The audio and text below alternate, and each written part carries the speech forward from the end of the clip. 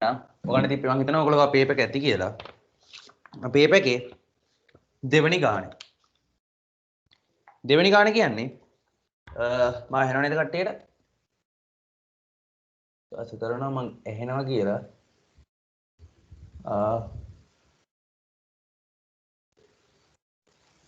හරි. පේපර් එකේ මම පටන් ගන්නවා සීමාව ගානේ. සීමාව ගානේ තියෙන්නේ මෙහෙම දෙයක්. මම තමගේ ස්ක්‍රීන් එකත් මම ෂෙයා කරලා දැන් තියෙන්නේ. සීමාව ගානේ තියෙන්නේ සීමාව x 1 වෙත යනකොට හොයන්න කියනවා 3x 3 වෙනි බලය ඍණ 5x වර්ගය ධන 4x ඍණ 2 බෙදීම 2x ධන 3 3න් එකට මේක අදහස් තමයි 2x මේක අදහස් තමයි 2x ධන 3 එක බෙදීම 3 වෙනි බලය කියලා. මෙතන මේ වරහන් ඇතුළේ ලියන එකේ තේරුම 1 යට බලය කියන එක. 2x ධන 3 බලය ඍණ x ධන 4 වෙනි බලය. හරි. 3න් 1 වෙනි බලය. දැන් බලන්න කෙලින්ම සීමාව දැම්මොත් මෙයා 3යි 3න් 5ක් ගියාම ඍණ 2යි ඍණ 2යි ධන 4යි ධන 2යි ධන 2 ඍණ 2 කියන් බිඳුවයි. හරේ බිඳුවක් වෙනවා. මෙතනට දාපුවාම මෙයා කෙලින්ම එක දාපුවාම මෙයා 5යි මෙතනත් මෙයා 5ක් වෙලා හරයත් බිඳුවක් වෙලා යනවා. හරේ ළමයි දෙකම බිඳුවක් වෙලා බිඳුව බෙදීම් බිඳුව අර්ථ විරහිත වෙනවා. එතන මේ අර්ථ විරහිත වෙන නිසා අපි යම් කිසි සුළු කිරීමක් කරලා මේ අර්ථ විරහිත වීම වළක්වා ගන්න ඕනේ. දැන් බලන්න මේ සීමාව ගානේ සුළු කිරීම කරන්න යනකොට සිතේ සංකීර්ණ වෙන එක අවස්ථාවක් තමයි මෙන්න මෙයා. මේ වර්ගමූලයක් නැත්නම් මේ 3න් එකේ බල කොටස. ඒ කියන්නේ මෙයාව මට වෙන විදිහකින් ලියන්න පුළුවන්. මෙයාවම 2x ධන 3 3න් 1 වෙනි බලය ඍණ x ධන 4 3න් 1 වෙනි බලය. දැන් බලන්න මේ 3න් 1 වෙනි බලය නිසා මේ ශ්‍රිතය සංකීර්ණ වෙලා තියෙනවා. ඒ කියන්නේ මම මෙයාව සරල කරගන්න නම් මෙයාගේ මේ සංකීර්ණතාවයට හේතු වන 3න් 1 වෙනි බලය ඉවත් කරගන්න ඕන. දැන් හොඳට බලාගන්න මේ කියන දේ. දැන් මම කලින් කිව්වා වගේ මම මේ ඩිස්කෂන් එකේ අරමුණ ගාන හදලා උත්තරේ මේකයි කියන එක නෙමෙයි මේ ගාන හිතන විදිය විස්තර කරන එක. මම ගොඩක් දෙනෙක්ට ගාන හදලා උත්තර ගන්න ඕන නම් මට මාගින් එක දුන්න නම් ඉතින් මේ ඩිස්කෂන් එක කරන්න හේතුව මම ගණන් කීපයක් තෝරගෙන ගණන් හිතන විදිය කියනවා. ඔය එතකොට ඔයගොල්ලන් ලේසි ඉස්සරහට යන පේපර්ස් වල ගණන් හිතන විදිය දිනු කරගන්න. බලන්න. දැන් මේ ශ්‍රිතේ සංකීර්ණ වෙන්න හේතුව මේ 3න් 1 වෙනි බලය. දැන් කොහොමද අපි මෙයාව අයින් කරන්නේ? මොකද උඩ අවුලක් නැහැ. උඩ බීජ ප්‍රකාශ. හැබැයි මෙයාව සරල කරගන්න බෑ හරය මේ 3න් 1 බලය නිසා. බලන්න අපි දන්නවා මෙයාව. අපි දන්නවා A 3 වෙනි බලය ඍණ B 3 වෙනි බලය සමානයි A ඍණ B වතාවක් A වර්ගය ඍණ ධන AB ධන B වර්ගය. මෙයාව අපි දන්න දෙයක්. දැන් බලන්න මෙයාගේ මේ ප්‍රසාරණය දැන් මම මෙයාවයි දිහා බලනවා. මෙයාගේ 3 වෙනි බලය යම් කිසි ආකාරයකින් අපි ගත්තොත් මේ 3න් 1 බලය නැති වෙලා යනවා. ඒ කියන්නේ මම මෙතන A වෙනුවට 2x ධන 3 දැම්මොත් B වෙනුවට x ධන 4 දැම්මොත් මේ පැත්තේ එන්නේ 2x ධන 3 ඍණ x ධන 4. මගේ 3න් 1 බලේ ශ්‍රිතය සංකීර්ණ වීමට හේතුව ඉවත් වෙලා යනවා. මම දැන් දානවා 2x ධන 3 ඍණ x ධන 4 මෙයා සමානයි කියලා මෙතනට දාන්න A වෙනුවට 2x ධන 3 3න් 1 වෙනි බලය ඍණ x ධන 4 3න් 1 වෙනි බලය වතාවක් 2x ධන 3 වර්ගය කියන්නේ 3න් 2 වෙනි බලය ධන 2x ධන 3 3න් 1 වතාවක් x ධන 4 3න් 1 වෙනි බලය b වෙනුවටත් දාන්න x ධන 4 3න් 1 වෙනි බලය ධන x ධන 4 දෙක බෙදීම 3 වෙනි බලය. දැන් මට මෙයාව සරල කරගන්න පුළුවන්. මෙයා එනවා x ඍණ 1ක් කියලා. මෙයා x ඍණ 1ක් වෙනවා. මට මෙයාව සරල කරගන්න පුළුවන් x ඍණ 1ක් කියලා. දැන් මම මේ ප්‍රකාශය උක්ත කරගන්නවා. මට එනවා මෙයා x ඍණ 1ක් සරල වෙන්න නිසා මම මේ කොටස සම්පූර්ණ වරහණක් වෙනවා. වරහණෙන් මේ පැත්තට ගන්නවා. මට මෙයා එනවා x ඍණ 1 බෙදීම 2x ධන 3 දෙක බෙදීම තුන්වෙනි බලය ධන 2x ධන 3 3න් එක්වෙනි බලය වතාවක් x ධන 4 3න් එක්වෙනි බලය මේ ගාන ඇත්තරම දෙවෙනි ගාන හොල පේපර් එකේ දෙවෙනි ගාන කරපුවාට ගාන මතක ඇති ධන x ධන 4 දෙක බෙදීම තුන්වෙනි බලය ඔන්න මේ විදියට ලියා ගන්න පුළුවන් වෙනවා මම මෙතනින් පොඩ්ඩක් පල්ලයට ගන්න 2x ධන 3 3න් එක්වෙනි බලය ඍණ සමාන වෙනවා x ධන 4 3න් එක්වෙනි බලයට හරි 2x ධන 3 3න් එක්වෙනි බලය ඍණ x ධන 3න් එක්වෙනි බලය මට මේ ආකාරයෙන් ලියා ගන්න පුළුවන් වෙනවා දැන් මම මේ හොයාගත්ත එක්කෙනා වරන් ගිහිල්ලා මෙතනට මෙයාව දානවා මට එනවා සීමාව x 1 වෙත යනකොට 3x 3 වෙනි බලයේ නමට හොයන්න ඕන සීමාව මට යන්න පුළුවන් මේ විදියට 3x ධන 3 ඍණ 5x වර්ගය ධන 4x ඍණ 2 බෙදීම x ඍණ 1 මෙයා මෙතනට ආදේශ කරද්දී x ඍණ 1 මෙතන බෙදීම වෙනවා බෙදීම වැඩි කිරීම කළා ඉර උඩට ගන්න. මොකද ඉර යට බෙදීම කියන්නේ ඉර උඩට ගන්නකොට යා වැඩි කිරීම වෙනවා. සාමාන්‍ය වීජිය සුළු කිරීම. 2x ධන 3 දෙක බෙදීම තුන්වෙනි බලය ධන 2x ධන 3 3න් එක්වෙනි බලය වතාවක් x ධන 4 3න් එක්වෙනි බලය ධන x ධන 4 3න් දෙවෙනි බලය. මෙතෙන්ට ටක් ගාලා දැන් බලන්න x සමානයි 1 ආදේශ කරාම මෙයා හරය බිඳුවක් වෙනවා. x සමානයි 1 ආදේශ කරාම මෙයාගේ හරය බිඳුවක් වෙනවා. x සමානයි 1 ආදේශ කරාම මෙයාගේ හරය බිඳුවක් වෙනවා කියන්නේ හරයේ තියෙන වීජීය ප්‍රකාශනයේ x ඍණ 1 කියන එක්කෙනා සාධකයක් වෙනවා.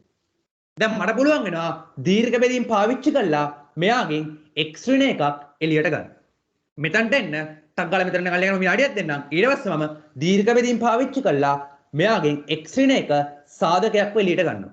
ඒක සාධකයක් එළියට ගත්තොත් මොකද වෙන්නේ? මම x ඍණ 1 වතාවක් යම්කිසි ප්‍රකාශනයක් කියලෙයි x සමානයි 1 අවස්ථාව අපි මේ සීමාව ඇතුලේ සලකන්නේ නැති නිසා ඒ උඩ සාධකයට හරයේ තියෙන x ඍණ 1 කපලා යනවා.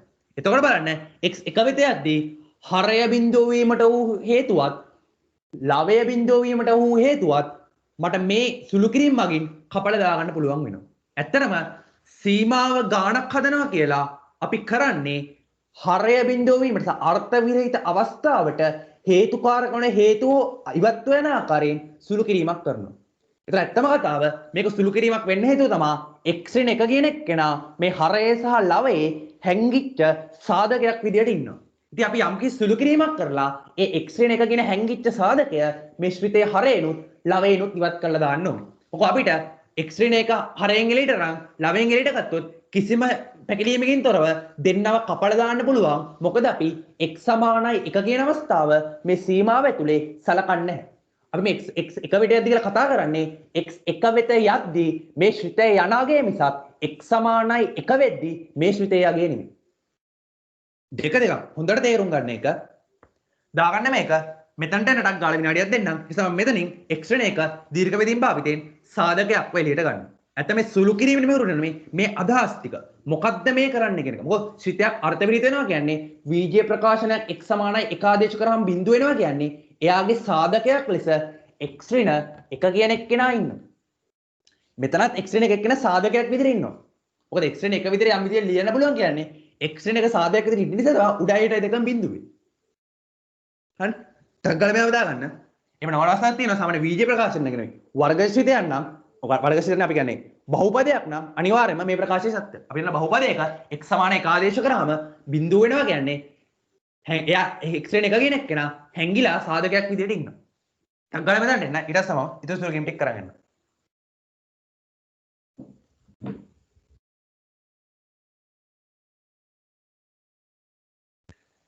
try කරමු. ටග්ගල දාගන්න. අපි නඩියක් වයි දෙන්නම්. ටක් ගාලා මේක සුළු කිරීම කරන්න. මෙතනට එන්න. ටක් ගාලා මේක ලියා ගන්න. මෙතනට නිකන් එන්න. මේක දැන් මාගින් එකෙත් තියෙන හැබැයි මාගින් එකේ ඔයගොල්ලන්ට හම්බ වෙනවා කියලා. මේක ලියන්න නැතුව ඉන්න. මම මොකද තමන් තනියෙන් හිතලා මෙතන මේ කරන ඉදීම් ටික පැහැදිලිව තේරුම් ගන්න. මොකද මාගින් එක දෙන්න පුළුවන් මට මේක කිසිම දෙයක් නැත්නම් මේක ඕගොල්ලෝ හිතලා මේ වෙන අදහස් හොඳට තේරුම් ගන්න ඕන. මෙතනට ටක් ගාලා. විනාඩි 2ක් විතර දෙන්න. ටක් ගාලා මෙතනට එන්න. අද මම හිතන්නේ පේපර්ස් බලපු ගොඩක් අයගේ පේපර්ස් ටික බලලා දුන්නා. බැරි වෙච්ච 4-5 දෙනෙක් ඉන්නවා. ඒ කට්ටියගේ පේපර්ස් ටික හෙට උදේ වෙද්දි හම්බෙයි. මොකද මේ බලන මල්ලි පොඩ්ඩක් පොඩි ගමනක් යන්න වෙලා හදිස්සි ගමනක් ගියා. ඉතින් හෙට උදේ වෙනවා කියවෙන්න මම කවන්න හෙට උදේට දෙන්න කියලා. නැත්නම් අදවස් දෙන්න හිටියේ. අනිත් අයගෙන අපි යවුවා රිවිව් එකත් එක්ක අනිත් අයගේ ආපු ටිකත් බලලා රිවිව් එකත් එක්ක එයි. ඕගොල්ලන්ට මොනම හෝ ප්‍රශ්නයක් තියෙනවා මාකින් එකේ හරි අනිවාර්යෙන් WhatsApp message එකක් දාලා group එකේ admin කෙනෙක්ගෙන් අහන්න අනිවාර්යෙන් ඕගොල්ලන්ට අවශ්‍ය කරන උදව්ව කරන්න. වෙන්න ඕනේ මේ ගණන් හිතන විදිය උරු වෙන්න ගාන හදලා උත්තරේ ගන්න එක නෙමෙයි. හරි? ඔය පේපරේ ලකුණු ගැන වැඩි හිතන්න එපා. ගණන් හිතන්න උරු වෙන්න හරි? මොකද ලකුණු ගැන හිතන්න ඉස්සෙල්ලා Tamanට මේ ගණන් වල සිතුවිලි ටික පුළුවන් වෙලා තියෙන්න ඕනේ. හරි? මේ ඩිස්කෂන් එකේ අරමුණ පේපර් එකක් කරලා ලකුණු දෙන එක නෙමෙයි මේ පේපර් ක්ලාස් එකේ අරමුණ ගණන් හිතන්න උරු කරන එක. හරි? නැත්නම් මට පුළුවන් top 10 වගේ ලිස්ට් එකක් හදලා හොඳ පබ්ලිසිටි එකක් දීලා ළමයි වැඩිම ගාණක් ඉන්න පේපර් ක්ලාස් එක මගේ කියලා මෙන්න top 10 කියලා ඔයක ඔන්න Facebook වල ස්ටේටස් වල හැමතැනම දාලා කරන්න. එහෙම කරලා තේරුම් ගන්න. මොකද ලකුණු අරගෙන ලකුණෙන් කියන්න පුළුවන් දැන් ගාණ හදලා හරිද වැරදිද කියලා කියන එකෙන් තමන් අලුතේ දෙයක් ඉගෙන ගන්න. පේපර් ක්ලාස් දෙයක් ඉගෙන ගන්න නම් මේ ගණන් හිතන හැටි මේ ගණන් වල ඇතුළාන්තය ඇත්තරම සිද්ධ වෙන දේ මේ පාවිච්චි වෙන සිතුවිලි ගැන තමන්ට අවබෝධයක් එන්න ඕනේ. එහෙම වුණොත් විතරයි පේපර් ක්ලාස් එකකින් වැඩක් ගන්න පුළුවන්. එහෙම නැත්නම් කරන්න තියෙන්නේ පේපර්ස් මාගේ ස්කීම් එක තියෙන පේපර්ස් ටිකක් කඩෙන් ගන්න තමන් තනියම ගෙදර ඉඳන් ගන්න ලකුණු දා ගන්න පේපර් ක්ලාස් එකට ගියාම. එහෙම ගිහින් හරියන්නේ නැහැ.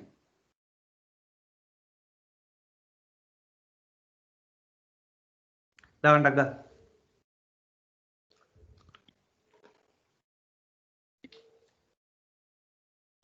හරි. මම මෙතනින් මකනවා මේ ටික. එතකොට ඔයාලට වෙලාව ඇති කියලා. ටගල මේ ලියන එකම ලියන් ගන්න පුළුවන් නම් ලේසිය අපිට ටක් ගාලා වේගෙන් කරන් ගන්න පුළුවන්. මම පැහැදිලි කරනකොටම දැන් මම මෙයාව දීර්ඝ බෙදීම් භාවිතයෙන් බෙදනවා හරේ එක්කෙනා. විතර මට එනවා. හරේ ඉන්නේ මගේ 3x 3 වෙනි බලය වින 5x වර්ගය ධන 4x ඍණ 2. දැන් බලන්න.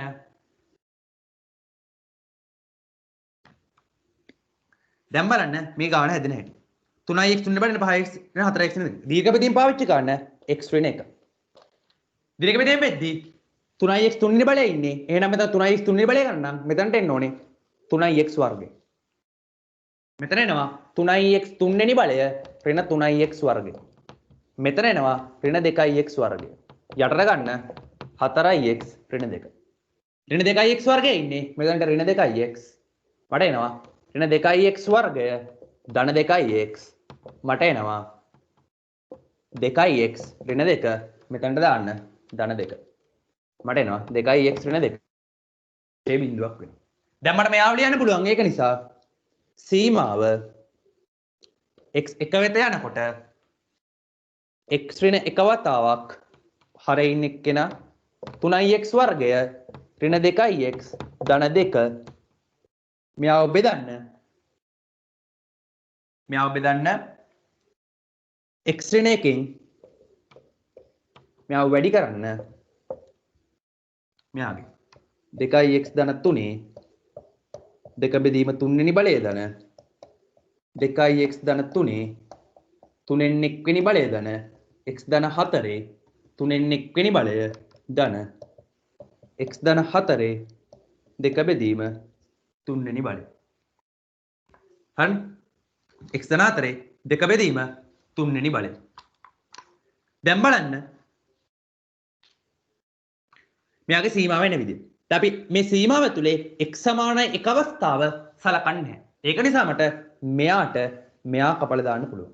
දැන් කෙලින්ම එක දාන්න. එක දැම්මම එනවා මෙතන 3යි 3 ඍණ 2 1යි 1යි 2යි මෙයා 3ක් වෙනවා. කෙලින්ම එක දාන්න. මෙතන එක දැම්මම මෙයා 5 දෙක බෙදීම 3ක් වෙනවා. 5 දෙක බෙදීම 3ක් එක දැම්ම. මෙතන මෙයා මෙතන 5ක් වෙනවා. 1යි 4යි 5ක් වෙනවා. 5 3න් 1 බලේ වතාවක් 5 3න් 1 මෙතනත් 5 3න් 2ක් වෙනවා. මෙතනත් එනවා x ධන 4 5 3න් 2 බලයක් වෙනවා. මොකෝ x වෙනුවට 1 දැම්මම x ධන 4 5ක් වෙනවා.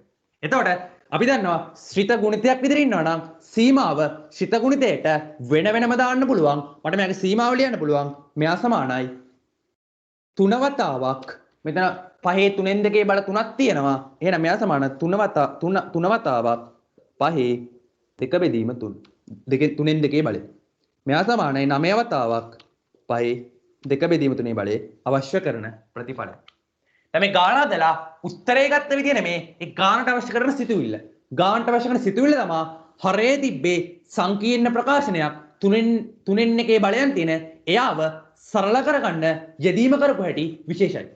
ඒ යෙදීම හොඳට නෝට් ඩවුන් කරලා තියාගන්න. ඔයගොල්ලෝ විවරණයකුත් එක්ක මේක දාගන්න. දැන් මේ වගේ ගානක් ආයි පේපරේ ආවා කියලා මට මේක මාදන්න පුළුවන් කියලා ආයි එක හැදුවා තේරුමක් නැහැ. මේ ගානක් හිතන විදිය තේරුම් ගන්න. කොහොමද ගානක් තේරුම් ගන්න කියලා. ඒක අනුව ඕගොල්ලෝ ගාන යෙදීම් කළා තමන් සෝත්සාහයෙන් තව ගණන් සෙට් එකක් හැදුවොත් තමන් ගානක් හිතන්න උනාට පස්සේ ඕනම ගානක් තමන්ට පාස්වෙන් කොට දාන්න පුළුවන්. මොකද තමන්ට උසස් පෙළ විභාගේ හම්බෙන්නේ තමන් කලින් කරපු ගානක් නෙමෙයි. ඒතර ඕනම ගානක් හිතලා හදන්න පුළුවන් වෙන්නම් තමන් තනිවම උත්සාහ කළා මේ ගණන් පුළුවන් කරගත යුතුයි. මෙතනට එන්න මේක ලියාගෙන ඊට පස්සේ අපි යමු ඔය පේපර් එකේම තුන්වෙනි ගානට. තුන්වෙනි ගානේ තියෙන ඇප්ලයිඩ් ගානක් ඒක ලස්සන ගානක් අපි ඒකට උත්සාහ කරමු ඊළඟ. එහෙනම් ටකල් දාගන්න.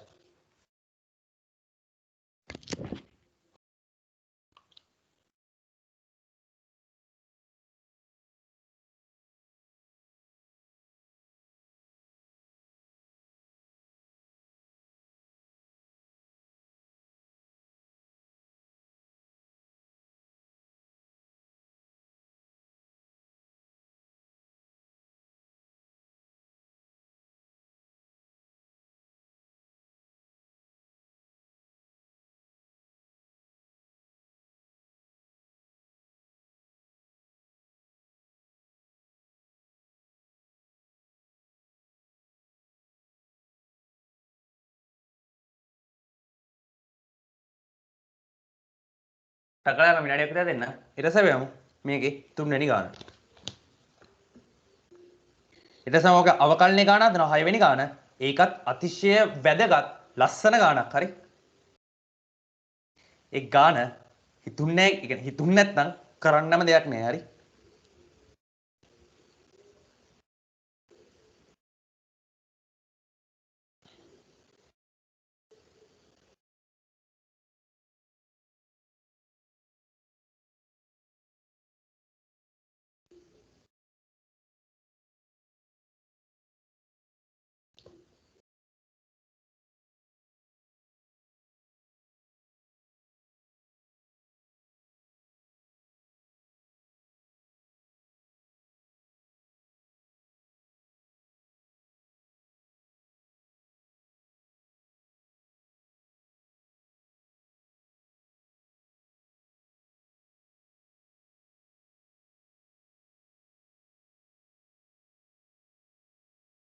පොඩ වීඩියෝ එක ලැග් වෙනවා වගේ නම් කියන්න මම චුට්ටක් විතර හදන්න. මම හිතන්නේ පොඩ්ඩක් ලැග් වෙනවා වගේ තිබ්බා දැන් නම් හරි ඒක.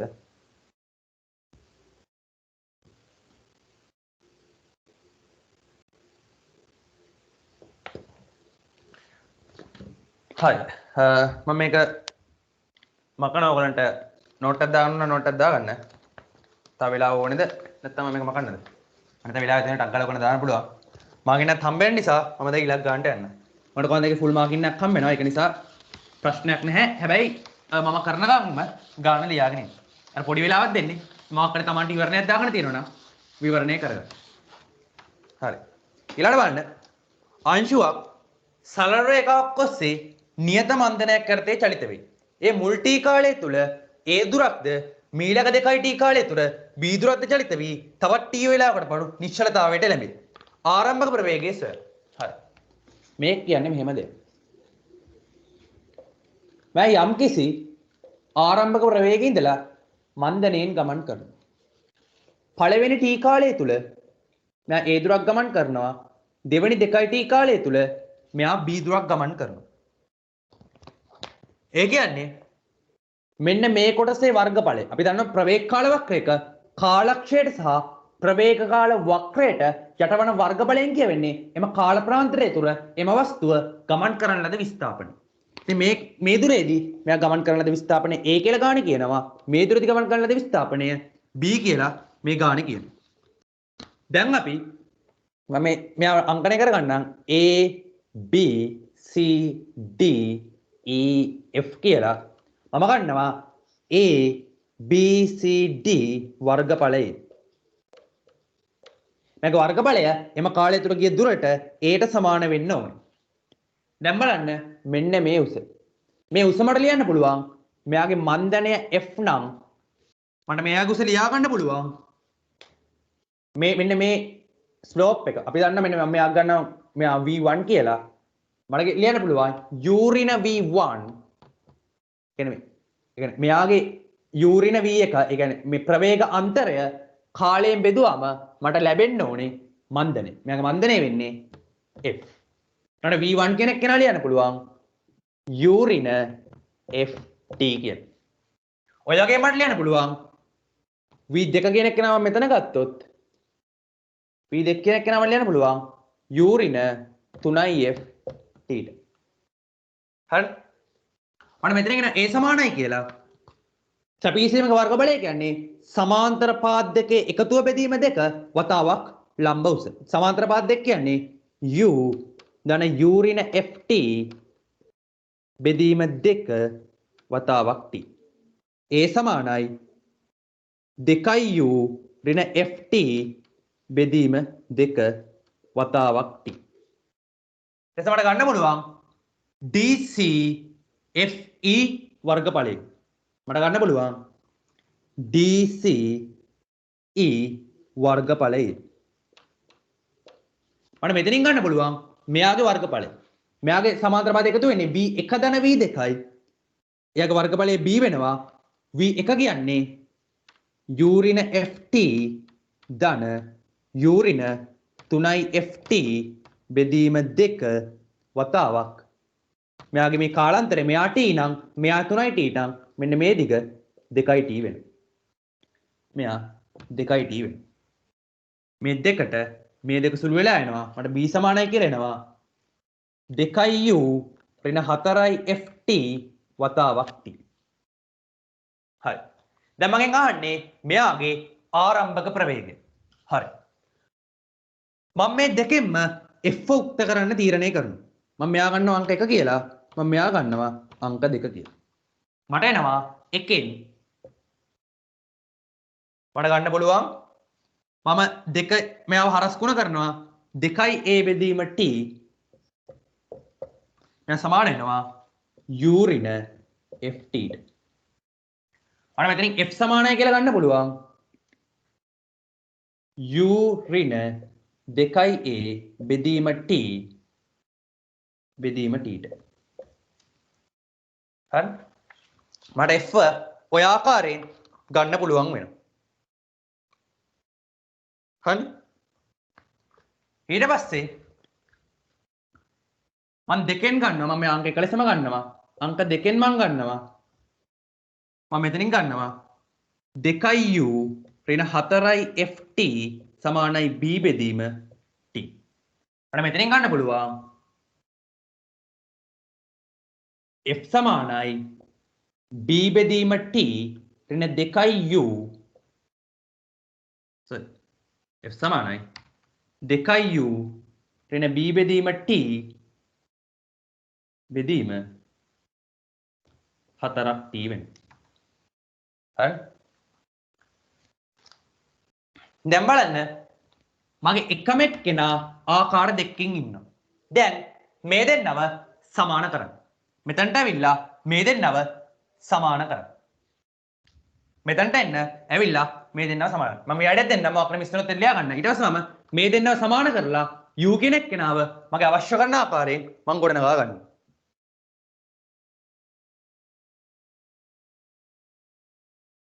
මෙතනට එන්න දැන් අවශ්‍ය කරන ආකාරයෙන් මේ දෙන්නව සමාන කරන්න.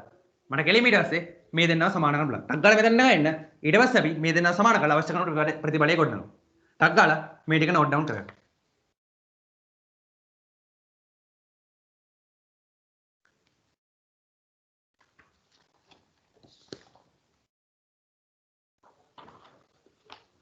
මම එකත් වෙන පාටකින් හදන්න. මම ගන්න මේ පැත්තෙන්.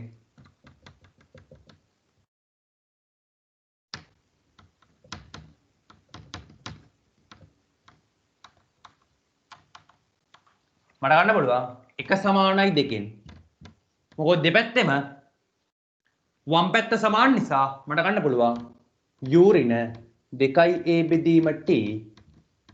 බෙදීම t මෙයා සමානයි 2u ඍණ b බෙදීම t බෙදීම 4ක් t වෙන. මෙයාට මෙයා කපලා යනවා. මේ පැත්ත 4ෙන් වැඩි ගන්න 4u ඍණ 8a බෙදීම t මෙයා සමානයි 2u ඍණ b බෙදීම t. හරි. මෙයා මෙහෙට දාලා මෙයා මෙහෙට ගන්න මට එන 2u මෙයා සමානයි මෙයා සමාන වෙනවා 2u අන්න මෙතන u ඍණ 2a බෙදීම t එතන හරි නේද? ඔව් මෙතන හරි. මෙතන එනවා 4u ඍණ 6a බෙදීම t bt මට එනවා 2u සමානයි මෙයා මෙහෙට දාන්න 8a බෙදීම t ඍණ b බෙදීම t. හරි.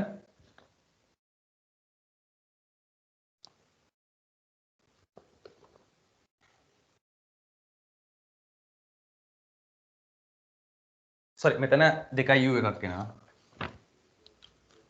මෙතන එකෙන් ගන්නකොට මෙතන දෙකක් එනවා. 2u. හරි මෙතන දෙකක් එනවා. මොකද ඒක අපි මෙතන තියෙන්නේ 2u බෙදීම 2t නේ. මෙතන දෙකක් එනවා. එතන මෙතන එන්නේ 8u.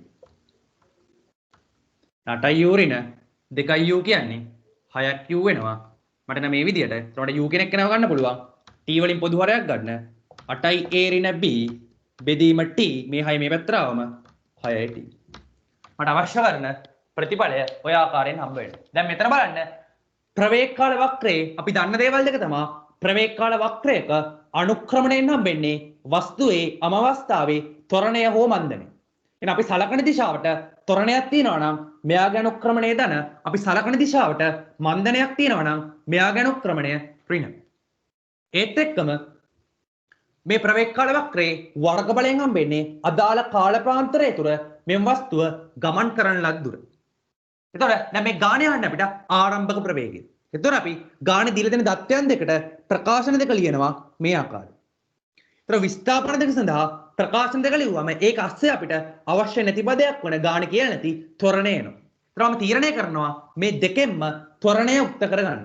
ඒ අදහස විශේෂයි හරි. මොකද ඒ දෙකෙන්ම මම ත්වරණය උක්ත කරගත්තොත් එකම පදය ආකාර දෙකකින් මට හම්බ වෙනවා. මොකද ත්වරණය කියන්නේ මට වැඩක් නැති එක්කනේ. එතකොට මට මේ දෙන්නව සමාන කරලා මට u ඇසුරේ සම්බන්ධයක් ලබා ගන්න පුළුවන්. ඒ සම්බන්ධයෙන් මට u හොයන්න පුළුවන්.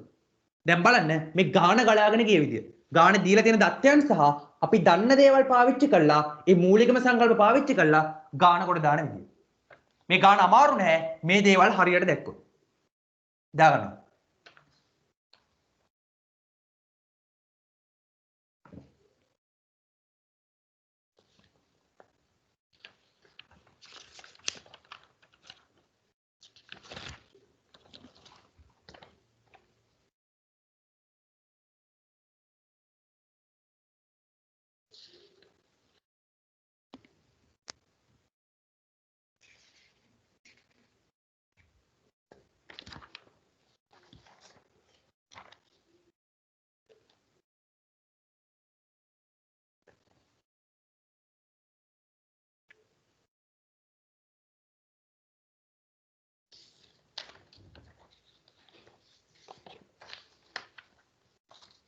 Kalau kan, nonton dah.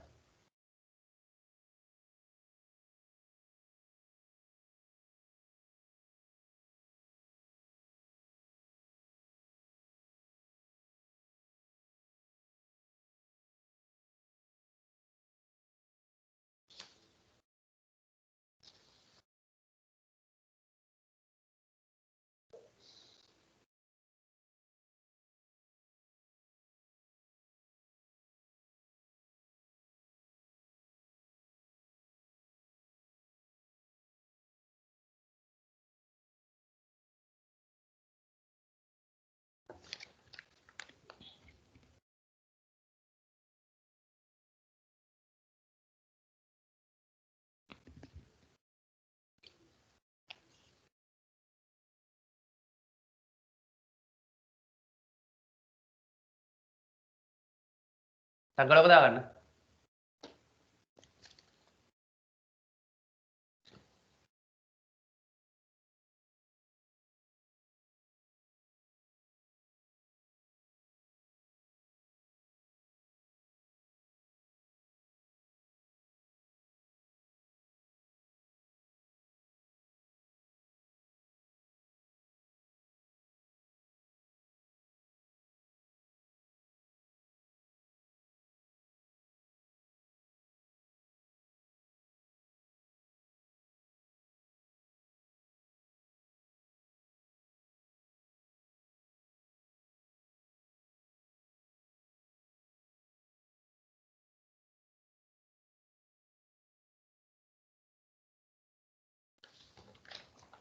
ඔය පේපර් එකේ 3 වෙනි ගාන හරි.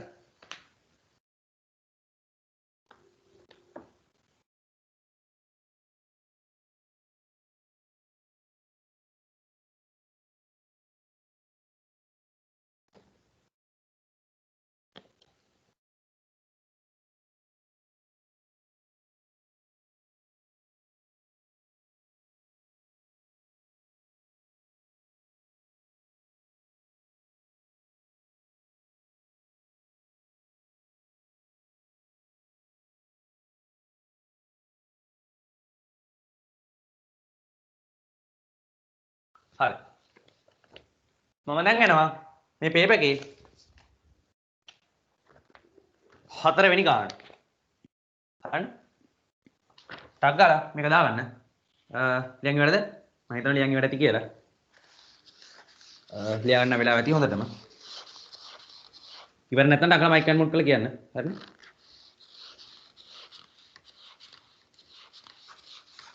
මම හිතනවා ඉවර ඇති කියලා.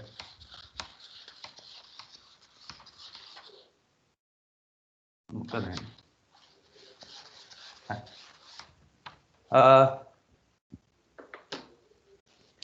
හරි දැන් බලමු අපි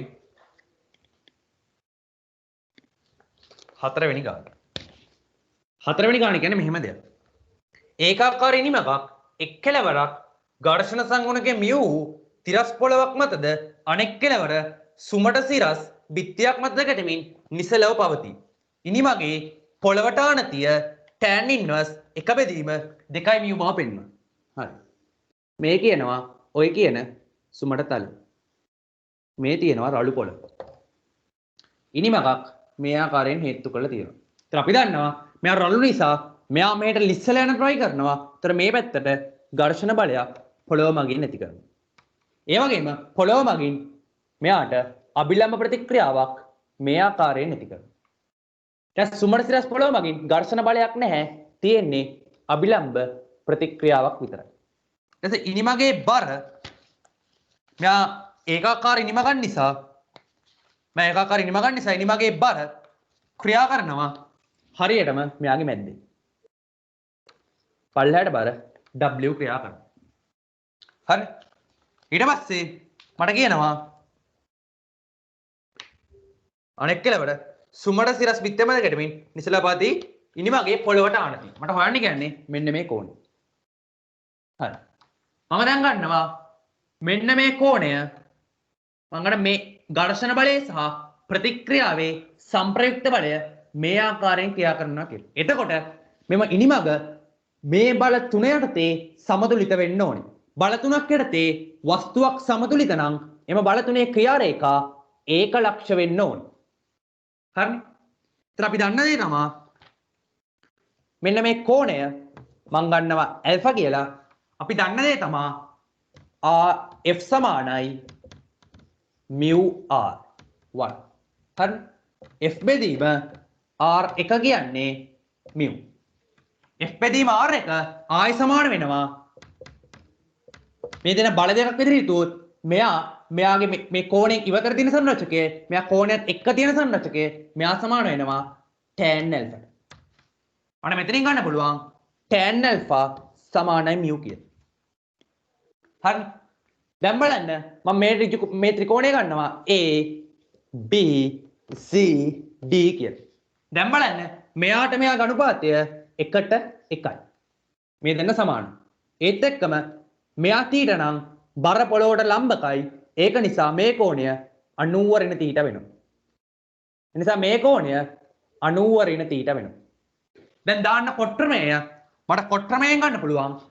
මෙයාගේ අනුපාතය 1යි මෙයාත් 1යි 1 කොට් මෙන්න මේ කෝණය 1 කොට් 5 බෙදීම 2 ඍණ θ මෙයා සමාන වෙනවා මේ කොට්ට්‍රමයේ මට ලියන්න පුළුවන් මේ පාදයේ සහ මෙන්න මේ කෝණ සලකලා මම දන්න මේ කෝණය අංශක 90ක් වෙනවා මෙන්න මේ කෝණය ඇල්ෆා මේ කෝණයත් අංශක ඇල්ෆා වෙනවා ඒකාන්තර කෝණ වලින් මොකද මේ රේඛාවට මේ රේඛාව සමාන්තර වෙනවා මෙයයි ඒකාන්තර කෝණ වෙනවා එතකොට මට මෙයාව ලියන්න පුළුවන් මේ කෝණය මම සලකන්නේ 1 කොට් ඇල්ෆා මම ලබන 1 කොට් ඇල්ෆා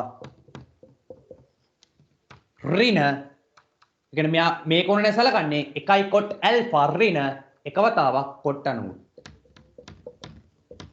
මම දන්නවා කොට් 90 බිඳුවක් වෙනවා මට මෙතන ලියන්න පුළුවන් 2 tan θ සමානයි කොට් ඇල්ෆා කියන්නේ 1 බෙදීම tan ඇල්ෆා මට එනවා tan θ සමානයි භාග්‍ය වතාවක් 1 බෙදීම tan ඇල්ෆා කියන්නේ mu මට එනවා tan θ සමානයි 1 බෙදීම 2 mu වෙනවා θ සමානයි tan inverse 1 බෙදීම 2 mu වෙනවා මට ඔය ආකාරයෙන් අවශ්‍ය කරන ප්‍රතිඵලය සරලව හදා ගන්න පුළුවන් වෙනවා. දැන් මේකෙත් බලන්න මේකේ අවශ්‍ය වෙන්නේ අපි සමතුලිතතාව කොච්චර ඉගෙනගෙන තිබ්බත් මේකේ පාවිච්චි කරන යෙදීම තමයි බල තුනක් යටතේ වස්තුවක් සමතුලිත නම් එම බල තුනේ ක්‍රියාරේඛා ඒකලක්ෂ විය යුතුයි.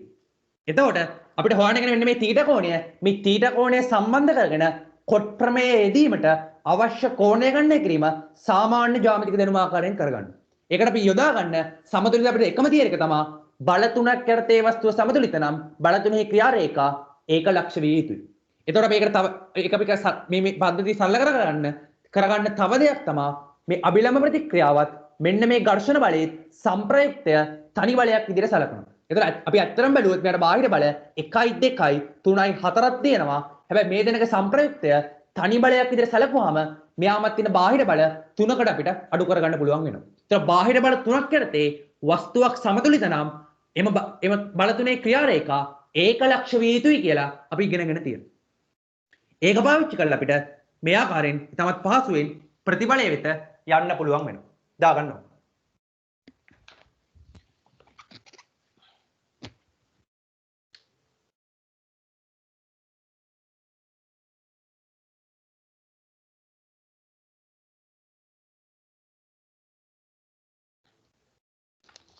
ඊට පස්සේ මම යනවා මේ මේකේ 6 වෙනි කාණ්ඩ ටක් ගාලා ඔක නෝට් එකක් දාන්න.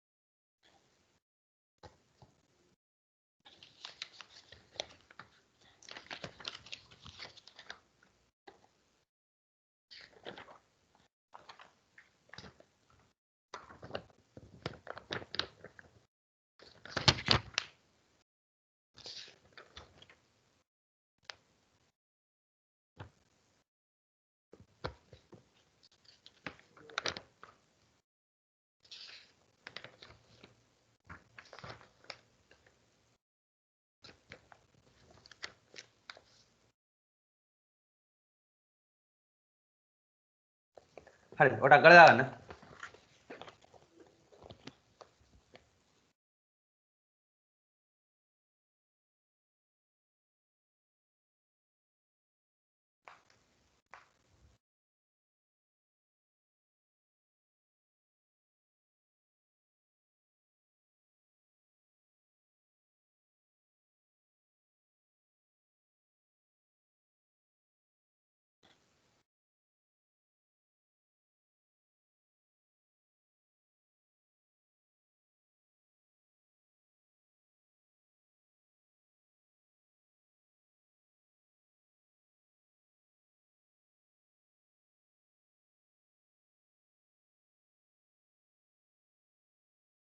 ටග්ගල දාගන්න ඕක.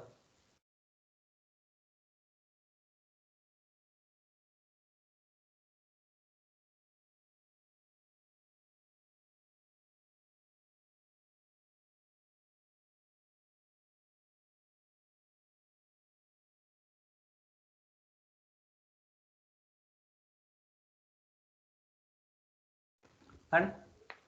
මම හිතන වෙලාව ඇති කියලා. ටග්ගල දාගන්න. ඕකට නම් වෙලාව වැඩිත් එක්ක හරි. ටග්ගල දාගන්න. හරි. එතන වෙලාව කවුරු ලියන ඉන්නවනම් මයික් එක මුට් කරලා කියන්න ටග්ගල කියන්න මකන්න කලින්. කවුරුත් නැහැ. ටග්ගල කතා කරනවා හරි. ලියනවනම් ඊට පස්සේ කෙනෙක් බෑ ලියන්න කලින් මම කෝගේ. හරි. නැත්නම් මැසේජ් එකක් ආවම නැත්නම් රේස් හෑන්ඩ් ඔප්ෂන් නැත්නම් ඒක හරි කරන්න. තමයි ටග්ගල පේනවා ස්ක්‍රීන් එක දිහා බලන් ඉන්නේ එක කවුරුද අත උස්සද කියලා. හරි. ඊට පස්සේ වෙනවා 6 වෙනි ගානට. 6 වෙනි ගාන කියන්නේ මෙහෙම දෙයක්. y සමානයි tan inverse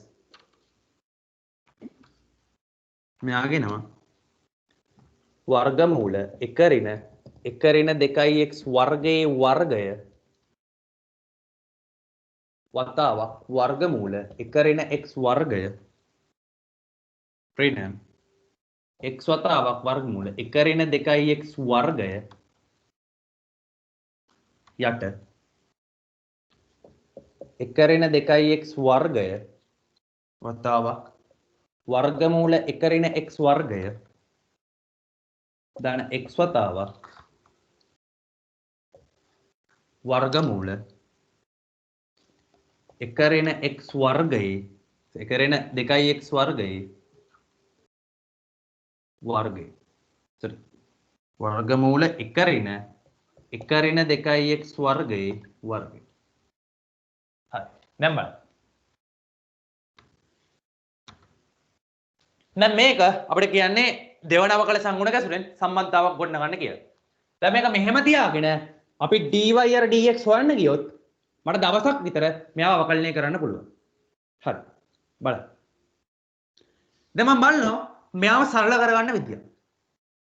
මම නිකමට දකිනවා මෙන්න මෙයාව. මට මෙයාව දැක්කම නිකන් හිතෙනවා. මොකද මෙයාගේ වර්ගපදත් එක්කනේ සංකේත වර්ගපද වර්ගමූල එක්කනේ සංකේතලා තියෙන්නේ. මම නිකමට දානවා හිතනවා x සමානයි cos θ කියලා. එතකොට මට 1 ඍණ 2x වර්ගය කියන එක්කෙනාව ලියා ගන්න පුළුවන් වෙනවා 1 ඍණ 2යි cos වර්ග θ. ඒක හරියන්නේ නැහැ මොකද cos θ දාන එක හරියන්නේ නැහැ. දෙතරම cos θ කියලා හිතුවොත් වැඩේ આવුත්. මොකද 1 ඍණ 2යි cos වර්ග. ඒතරම හිතනවා sin θ. අවුලන්නේ.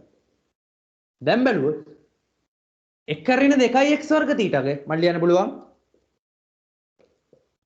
1 ඍණ 2යි sin වර්ග θ. දැන් බලන්න. මම මුලින් හිතුවේ 1 ඍණ 2x මොකද cos θ ගේ තමයි එන්නේ. අපි දන්නවා cos 2යි θ සමාන වෙනවා 2යි cos වර්ග θ ඍණ 1 මෙයා සමාන වෙනවා 1 ඍණ 2යි sin වර්ග θ. දැන් බලන්න මේ හැඩය මෙතන ඉන්නවා. එනකොට මෙයාවල එනම් x සමානයි sin θ නම් 1 ඍණ 2x වර්ගය cos 2යි θ වෙනවා. ඊට පස්සේ බලන්න මට දැන් 1 ඍණ x වර්ගයේ වර්ගමූලය. සරලයි. 1 ඍණ x වර්ගයේ වර්ගමූලය කියන්නේ 1 ඍණ x වර්ග කියන්නේ 1 ඍණ sin වර්ග θ. ඒ කියන්නේ cos වර්ග θ. එයාගේ වර්ගමූලය කියන්නේ cos θ. දැන් මේ කට්ටියව ගිහිල්ලා මෙතනට ආදේශ කරන්න. මට නම් y එනවා y සමානයි tan inverse ආදේශ කරන්න 1 ඍණ 2x වර්ගයේ වර්ගයේ වර්ග කියන්නේ මගේ 1 ඍණ ආදේශ කරන 1 ඍණ 2x වර්ගය වෙනුවට cos වර්ගය 2යි θ. වතාවක් 1 ඍණ x වර්ගයේ වර්ගමූලය කියන්නේ cos θ. මෙයා වතාවක් cos θ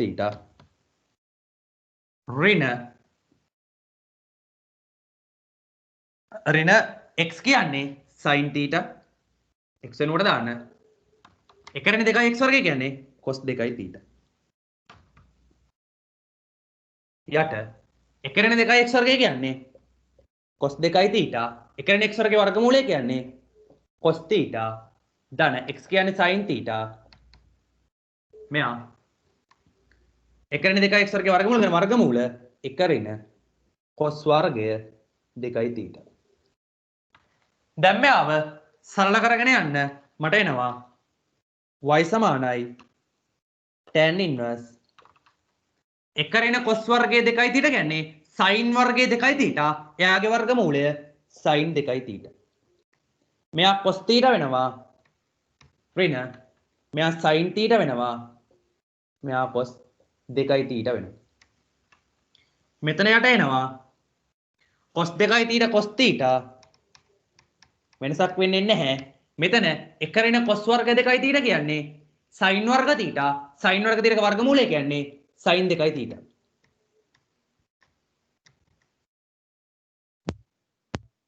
මෙයාගේ හරය සහ ලවය. හරි? දැන් බලන්න මෙයාගේ හරය සහ ලවය. මම වෙන පාඩකින් මෙයාගේ මැදට ගන්නම් බෝඩ් එකේ. මෙයාගේ හරය සහ ලවය බලන්න.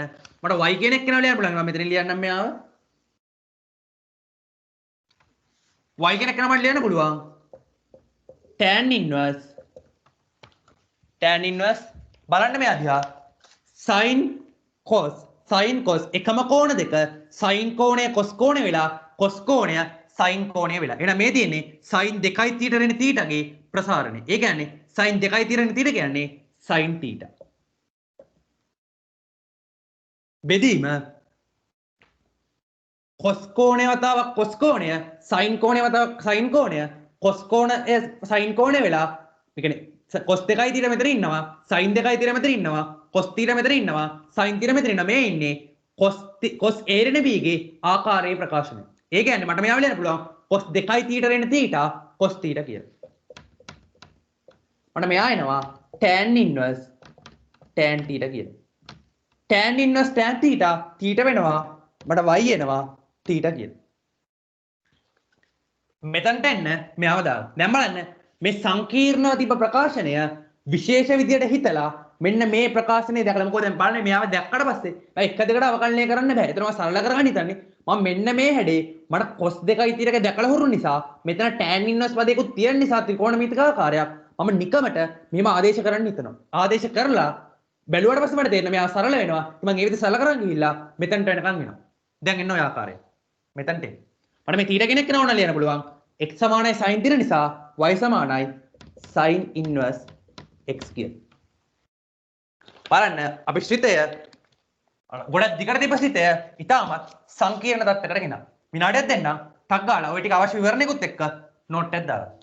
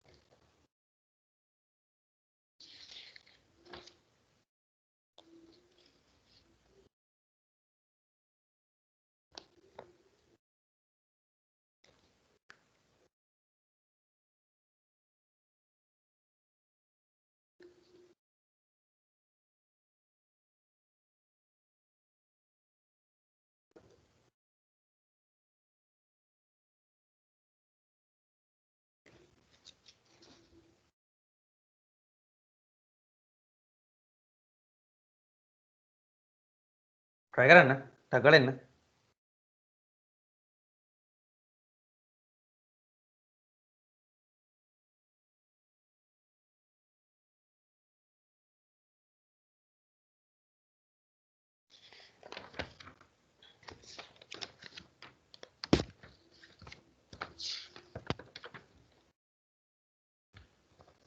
අන්න ඔය ටගල දාගන්න මම හිතන වෙලාව ඇති කියලා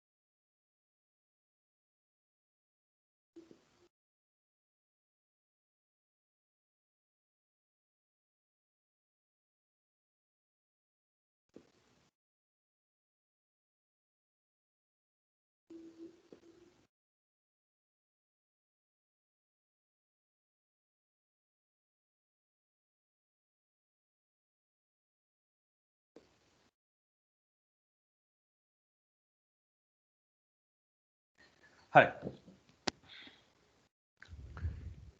ඊට සමය යනවා 11 වෙනි ගානේ B කොටසට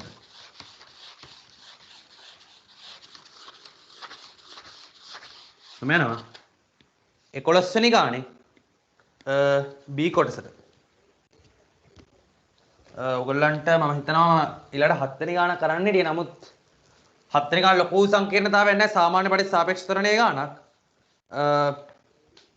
නිකම්ම ගෙදීම් කරලා තියෙන එක මාගෙන් නේද ඔයාලට මාකට ප්‍රශ්න ඇති පොතන්න මම 7 වෙනි 11 වෙනි ගානේ B කොටසට නම් මොකද ඒක විශේෂ ගානක් 11 වෙනි ගානේ B කොටස මට කියන්නේ A ධන මූල 2යි B සමානයි C ධන මූල 2යි D නම් A සමානයි C හා B සමානයි D බව අපිට පෙන්වන්න A B C D පරිමේය සංඛ්‍යා වෙනවලු හරි මම C මේ පැත්තට දාලා මූල 2යි B මේ පැත්තට දානවා මට එනවා A ඍණ C සමානයි මූල 2 වතාවක් D ඍණ B මම මෙතනින් ගන්නවා මූල 2 සමානයි A ඍණ C බෙදීම D ඍණ B හරි බලන්න මම උපකල්පනය කරනවා D අසමානයි B ලෙස උපකල්පනය කරමු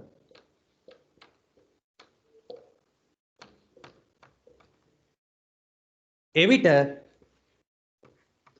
මූල 2 සමාන වෙනවා A ඍණ C බෙදීම D ඍණ B අපි දන්නවා ACDB කියන ඉලක්කම් හතරම පරිමේය නිසා මෙයා පරිමේයයක් වෙන්න ඕනේ මොකද A, B කියන්නේ පරිමේයයක් නම් A ධන B පරිමේයයි A ඍණ B පරිමේයයි A බෙදීම B පරිමේයයි B සමානයි බිඳුව නම් සහ AB ගුණිතයත් පරිමේයයි දැන් මෙතන D ඍණ B අසමානයි බිඳුව කියන නිසා අපි දන්නවා A ඍණ C කියන්නේ පරිමේය සංඛ්‍යාවක් මොකද පරිමේය සංඛ්‍යා දෙක අතරය පරිමේය සංඛ්‍යාවක් D ඍණ B DB දෙන්නම් පරිමේය නිසා D ඍණ B කියන එක්කෙනත් පරිමේය සංඛ්‍යාවක් පරිමේය සංඛ්‍යාවක් බෙදී පරිමේය සංඛ්‍යාවක් හැබැයි දකුණු පැත්තේ ඉන්නේ අපරිමේය සංඛ්‍යාවක් මේ වගේ පිළිගත නොහැකි ප්‍රතිබල වලට අපි කියනවා මූල 2 අපරිමේය සහ A ඍණ C බෙදීම D ඍණ B පරිමේය බැවින් මේක අපි මේ වගේ එකකට කියනවා මෙය විසංවාදයක් කියලා. අපි ඉංග්‍රීසියෙන් කියනවා contradiction එකක් කියලා. හරි සාමාන්‍යයෙන් අපි ඔය ගණිතයට අංකණය කරනවා මේ විදිහට. මේක නම් ඒ කියන්නේ උසස් පෙළ මට්ටමේදී මේක දාන්නේ බා සාමාන්‍ය මේක අපි විශ්වවිද්‍යාල මට්ටමේදී දාන සංකේතයක්. මම දන්නේ උසස් පෙළ සිලබස් එකේ මේක දානවද කියලා. සාමාන්‍ය අපි විශ්වවිද්‍යාල නම් කොහොම තමයි දාන්නේ contradictions වල logics වල. එතකොට මේ වගේ එකට අපි කියනවා විසංවාදයක්. එහෙම නැත්නම් ඉංග්‍රීසි මීඩියම් කරන කවුරු ඉන්නවනම් contradiction එකක් කියලා. එහෙමනම් මේ වගේ වුණත් බලන්න දැන් මෙයා මට පිළිගත නොහැකි ප්‍රතිඵලයක්. හැබැයි මේ උපකල්පනයෙන් පස්සේ මම කිසිම විදියකින් ගණිතයේ කරන්න බැරි දෙයක් කළා නෑ. මම නිවැරදි ගණිතය පාවිච්චි කරලා තියෙනවා. එහෙනම් මගේ වැරද්ද තියෙන්න ඕනේ උපකල්පනයේ. එම නිසා d සමානයි b විය යුතුයි. දැන් d සමානයි b නිසා බලන්න a ඍණ c සමානයි මූල දෙක වතාවක් d ඍණ b මෙයා බිඳුවක් වෙනවා මූල දෙක වරක් බිඳුව බිඳුවයි a ඍණ c සමානයි බිඳුවක් වෙනවා ඒ නිසා a සමානයි c වෙනවා. එම නිසා d සමානයි b සහ a සමානයි c විය යුතුයි මට අවශ්‍ය කරන ප්‍රතිඵලය වෙනවා. මෙයාව නෝට් එකක් දාලා. ඊට පස්සේ බලමු ගාන කියන්නේ තවද එනයින් ඔන් ක්‍රමයකින් නෝ x වර්ග ධන ax ධන b සමාන බිඳුව සමීකරණෙහි එක ධන 2 මූල 2 මූලයක් බව දී ඇතනම් එක ඍණ 2 මූල 2ද එහි මූලයක් බව පෙන්වන්න. හරි. මම මේක පොඩ්ඩක් වෙනස් විදිහකට try කරනවා. අපි try එකක් දාලා බලමු.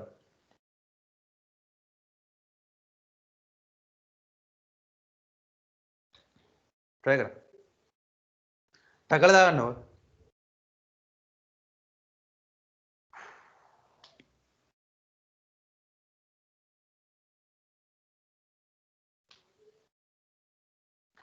එහෙනම් වෙනස් අදහසක් තාත්වික සංඛ්‍යාවල ලක්ෂණ භාවිතයෙන් දීපු වෙනස් විදිහේ ගානක්.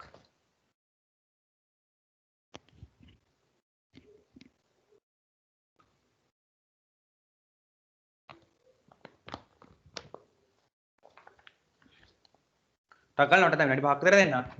විනාඩියක් දෙයක් විතර විනාඩි 5 නම් වෙයි. විනාඩි දෙකක් විතර දෙන්න. ටක් ගාලා නෝට් එක දාන්න. ඔය ගාන හදලා උත්තරය ආපු විදිය නෙමෙයි. ඔක විවරණේ ලියාගන්න. ඒ අදහස නෝට් එකේ දාගන්න.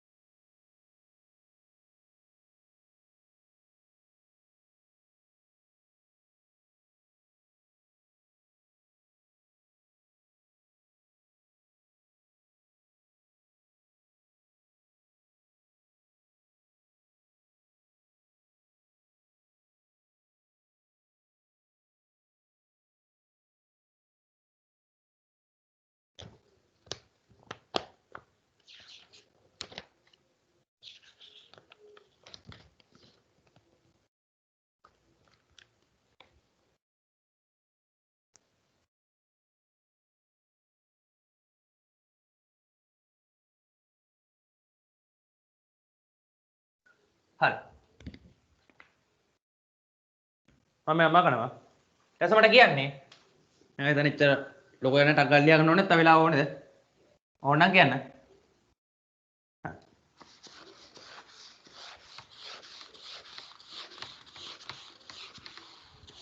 කට්ටිය නිකන් බලන් ඉන්නවද දන්නේ නැහැ. මීටින් එක ඔන් කරන්න ඉදිත් දන්නෙත් නැහැ. එහෙම බෑමද? ලියාගන්න නැත්නම් ටක් ගාලා ලියාගත්තේ නැහැ කියලා. එකෙන් කියනවා එනයින් ඔන් ක්‍රමයක කරනවා x වර්ගය ධන ax ධන b සමීකරණයේ සමාන බිඳු සමීකරණේ එක ධන 2 මූල 2 මූලයක් නම් එක ඍණ 2 මූල 2ද මෙයාගේ මූලයක් බව පෙන්වන්න කියලා කියනවා. මට දැන් මෙයා මේ සමීකරණයේ මූලයක් බව කියනවා. මෙයා මේ සමීකරණයේ මූලයක් නම් x එනකොට මෙයාව ආදේශ කරාම මේ සමීකරණය තෘප්ත වෙන්න ඕනේ. එම නිසා දාන්න x සමානයි එක ධන 2 මූල 2 මෙහි මූලයක් බැවින්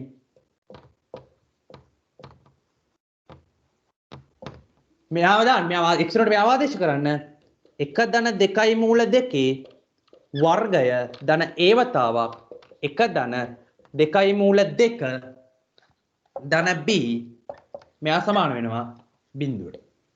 අන්න මෙතනින් එනවා 1 ධන මේ දෙන්නගේ ගුණිතයේ දෙගුණය 4 මූල 2 ධන 2 මූල 2 වර්ගය කියන්නේ 8යි වතාවක් a ධන a වතාවක් 1 ධන 2 මූල 2 ධන b සමානයි බිඳුව. සර් මෙතන ඒකක් එන්නේ නැහැ. මම මෙතනින් එනවා 8යි 1යි 9යි 9 ධන ඒ කියන්නේ පරිමේය නිසා 9 ධන a ධන b ධන මූල දෙකක් එළියට ගන්න මට මූල දෙකක් එළියට ගත්තම එනවා 4 ධන මෙතන මූල දෙකක් එනවා 2a මෙයා සමාන වෙනවා බිඳුවට. හරි මෙයා සමාන වෙනවා බිඳුවට. මම බිඳුව කෙනෙක් කෙනාව විශේෂ විදියකට ලියනවා බිඳුව ධන මූල දෙක වතාවක් බිඳුව. දැන් අපි දන්නවා නම් ab පරිමේය නිසා මෙයා පරිමේයයි. 4 ගැන පරිමේය සංඛ්‍යාවක් 4 ධන 2 කියන්නේ පරිමේය සංඛ්‍යාවක්. හරි 4 ධන ab කියන්නේ පරිමේය සංඛ්‍යාවක් වෙනවා. ඒක නිසා මට මෙතනින් ගන්න පුළුවන් බිඳුව කියන්නේ පරිමේය බිඳුව කියන්නේ පරිමේය සංඛ්‍යාවක් මට මෙතනින් ගන්න පුළුවන් a ධන b ධන 9 සමානයි බිඳුවයි ඒත් එක්කම මට ගන්න පුළුවන් 4 ධන 2යි a සමානයි බිඳුව. අපි කලින් ඔප්පු කරපු එක කෙලින්ම පාවිච්චි කරා. මොකද පරිමේය කොටස සමානයි මූල දෙක වතාවක් කොටස. කියන්නේ මෙන්න මේ කොටසයි සමාන වෙනවා අපි කලින් ඔප්පු කරපු යෙදීමට අනුව. ඒත් එක්කම මෙන්න මේ කොටසයි සමාන වෙන්න ඕනේ කලින් ඔප්පු කරපු යෙදීමට අනුව. දැන් මෙතනට එන්න මෙතනට මේ සම්බන්ධතා දෙක දාගන්න ඕනේ. මෙතන ඇවිල්ලා එකරපු යෙදීමේ ඉඳලා මං කරේ 1 ධන 2 මූල 2 මෙයාගේ මූලයක් නම් x වෙනුවට 1 ධන 2 මූල 2 ආදේශ කරාම මේ සමීකරණය සුත්ත විය යුතුයි. හරි? මේ සමීකරණයක් කියන්නේ මෙන්න මේයාගේ ආදේශ කරාම මෙන්න මේ ප්‍රකාශනය තෘප්ත විය යුතුයි. කියන්නේ මේ සමීකරණය x වෙනුවෙන් විසඳුවාම ලැබෙන ප්‍රතිඵල 1 ධන මූල 2 කියන්නේ එයාට මේ x වෙනුවට මෙයාව ආදේශ කරාම මෙන්න මේ ප්‍රකාශනය තෘප්ත විය යුතුයි. ඒ කියන්නේ x වර්ග ධන ax ධන b කියන එක නා x සමාන 1 ධන 2 මූල 2 විට බිඳුවක් විය යුතුයි. එයා මූලයක් නම්.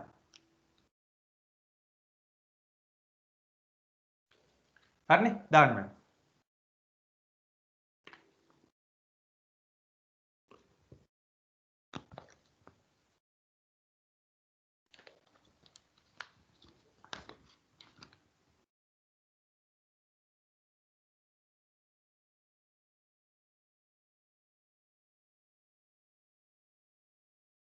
හරි විනාඩියක් විතර දැන් ටක් ගාලා දාන්න.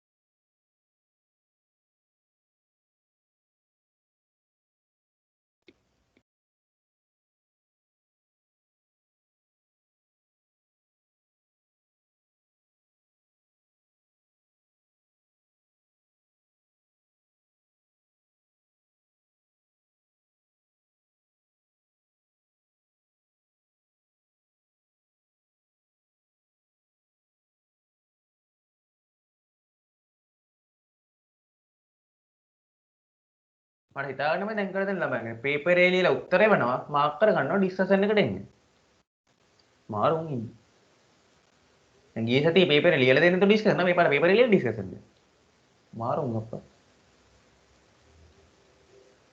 අද මම සමහර කෙනෙක් ඩේට් ඉවර කතාවකුත් කියලා තිබ්බා හරි මාස අන්තිම දවස් දෙක නිසා ඒකත් එක්තරා සාධාරණ හේතුවක් වෙන්න පුළුවන් මොකද පේපර් ලියලා ලියපු 4-5 දෙනෙක් ඉල්ලලා තිබ්බා මේ අයියා අද ඩේටා නැහැ රෙකෝඩින් දෙන්න පුළුවන්ද කියලා මං කිව්වා හා කියලා දෙන්නම් කියලා ඒක නිසා රෙකෝඩින් එක හිමුණුත් දෙන ඒ වගේ අවස්ථාවලට දෙනවා මොකද මම දන්නවා මේක ඕගොල්ලන්ගේ පැය දෙක සෙෂන් එකකට සාමාන්‍ය ගිගාබයිට් එකක් විතර ඩේටා යනවා ඒකට මීටින් පැකේජ් එකක් දාන්න වෙනවා උලක් නැහැ මගෙත් එහෙම තමයි මේ මාසේ ඩේටා පැකේජ් එක ගිගාබයිට් 146ක් මීටින් පැකේජ් නැතුව හරි එහෙනම් මගේ මේ මාසේ ඩේටා පැකේජ් එක ගිගාබයිට් 146යි මේ DT පැකේජ් නැතුව ඒක zoom පැකේජ් එකේ ගිගාබයිට් 30 පැකේජස් තුනක් එහෙනම් ඔක්කොම ගත්තොත් ගිගාබයිට් 236ක් මේ මාසෙට ක්ලාසස් වලට සහ කැම්පස් එකේ කුප්පි දාලා ඔය හැම දේවල්ටම යනකොට සතුටු ඕගොල්ලන් එච්චර නැහැ. ඒක ඕගොල්ලන්ට මාසෙට ගියාපයිට 100 රුපියලක් 100 රුපියලක් පැකේජ් එක හොඳ නැමෙති. මගේ මාසෙට ඉන්ටර්නෙට් බිල් එනවා 2600ක්. තව දැන් රුපියල් 600ක් විතර ගිහින් තියෙන්නේ මීටින් පැකේජ් වලට. ටැක්ස් ටික ඔක්කොම දෙද්දි 5000ක් විතර එනවා මිලි. සතුටු.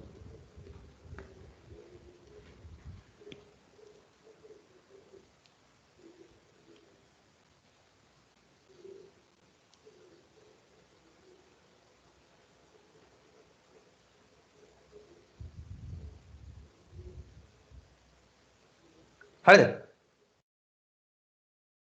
හරි. දැන් බලමු ඊටර ටික කොහමද යන්නේ කියලා.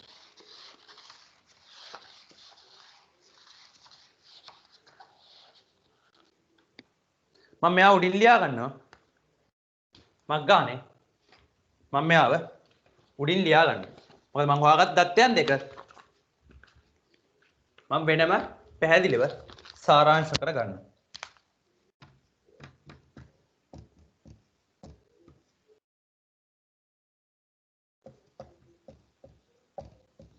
මම මෙයාව වෙනම සාරාංශ කර ගන්නවා. හරි. දැන් මම ගාන කියන අනිත් එක්කෙනා මෙයාගේ ආදේශ කරනවා. ගාන අනිත් එක්කෙනා කියන්නේ 1 රින 2යි මූල දෙකද මෙයාගේ මූලයක් බව පෙන්වන්න කියලා. හරි. මම දානවා 1 රින x වෙනුවට 1 රින 2යි මූල 2. මෙයාගේ වර්ගය මම මෙයාව x වෙනුවට මම දානවා මෙයාගේ මම ආදේශ කරනවා 1 රින 2යි මූල 2ේ වර්ගය ධන a වතාවක් 1 රින 2යි මූල 2 ධන b. හරි මම මෙයා ගන්නවා e කියලා ප්‍රකාශනය. මට e එනවා e කියන්නේ සාමාන්‍ය එක්ස්ප්‍රෙෂන් කියන එක හරි. මට මෙයා සරල කරාම එනවා මෙයා 1 රින 4යි මූල 2 ධන 8 ධන a වතාවක් 1 රින 2යි මූල 2 ධන b. මට මෙතනින් ගන්න පුළුවන් මෙයා 8යි 1යි 9ක් වෙනවා 9 ධන a ධන b ඍණ මූල දෙයක් එළියට ගන්න මට එනවා 4 ධන 2යි. දැන් බලන්න මම මෙයාම කලින් ගත්ත අංක 1 සමීකරණය මෙයා අංක 2 සමීකරණය. මෙයා සමානයි බිඳුවක් වෙනවා අංක 1කින් මෙයා සමානයි බිඳුවක් වෙනවා අංක 2කින්. එම නිසා e සමානයි බිඳුවක් වෙනවා. එම නිසා 1 ඍණ 2යි මූල 2 x වර්ගය ධන ax ධන b සමානයි බිඳුව ප්‍රකාශනය තෘප්ත කරයි. එම නිසා x සමානයි 1 ඍණ 2යි මූල 2ද මෙහි මූලයකි. මට අවශ්‍ය කරන ප්‍රතිඵලය. ඊට පස්සේ කියනවා a හා b හොයන්න කියලා. මොකද කරලා තියෙන්නේ? හරි සරලයි. මට මගේ කෙලින්ම a හොයන්න පුළුවන් අංක දෙකෙන් a සමානයි ඍණ 2යි. මට b හොයන්න පුළුවන් a සමාන ඍණ 2 මෙතන ආදේශ කරන්න. ඍණ 2 ධන b ධන 9 සමානයි බිඳුවයි b සමානයි ඍණ 7.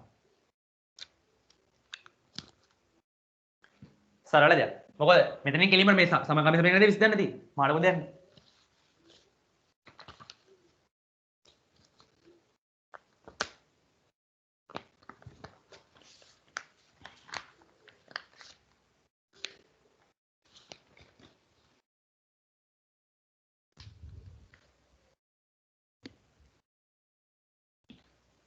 ටක් කරලා දාලා. ඊට පස්සේ මම මේ ගානෙම C කොටසට යනවා. අපිට මේ ඩිස්කෂන් එක කරන්නේ පොඩ්ඩක් වෙනස් විදියට හිතන්න තියෙන කාරණා. අද නම් මේ මාගින් එක ටයිප් සෙටින් කරලා දෙනවා ඔයගලන්ට මම දෙන්නම්. මේක වෙලෙච්ච ගමන් මම ගෲප් එකට දාන්නම්. ඊට පස්සේ මම යන අවකලනයේ ගානේ B කොටසට. ලබන සතියදා අනුකලනයේ ගානකුත් පේපරේ හප්පු.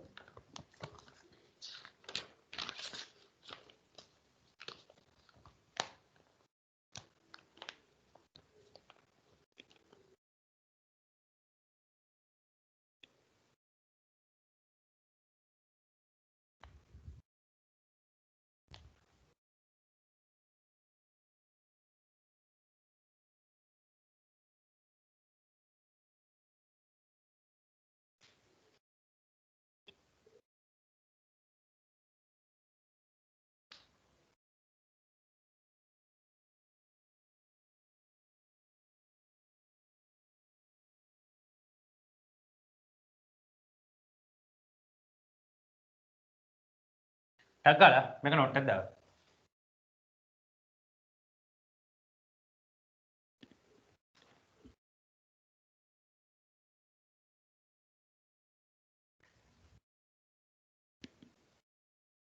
හරි. මතක ඔයාලට මේක ලියන්න වෙලා ඇති කියලා. තව වෙලාව වුණද මම විනාඩියක් විතර දෙන්නම්. ටක් ගාලා ලියගන්න. එහෙනම් වේගය වැඩි වගේ නම් පොඩ්ඩක් chat එකේ message එකක් දාන්න. නැත්නම් mic and mode කරලා කියන YouTube speed වැඩි කියලා.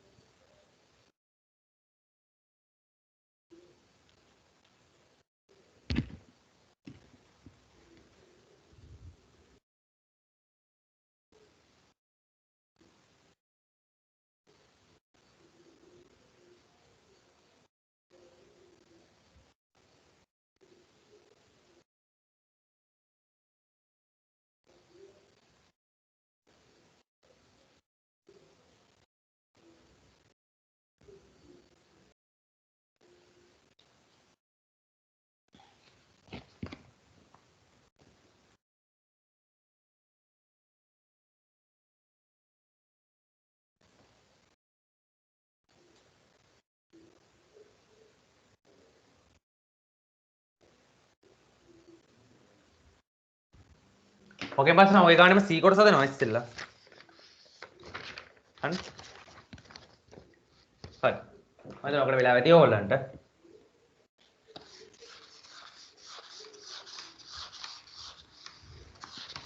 මේක රෙකෝඩින් එකක් ඕගොල්ලන්ට දෙන්න නිසා ප්‍රශ්නයක් වෙන එකක් නැහැ.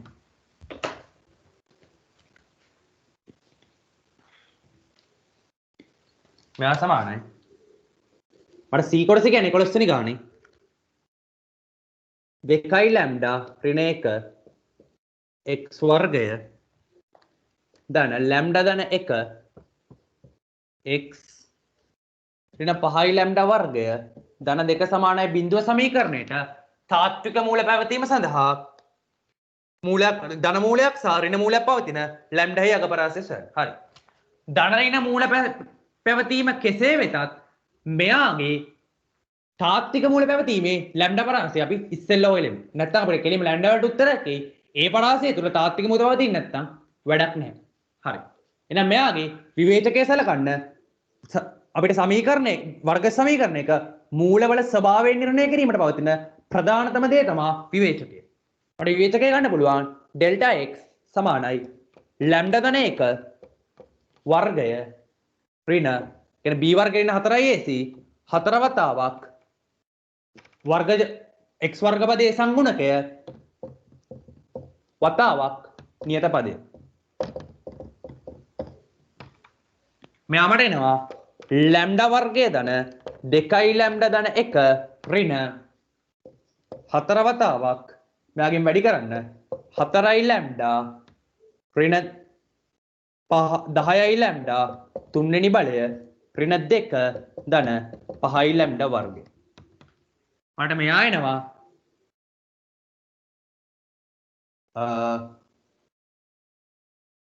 40යි ලැම්ඩා 3 වෙනි බලය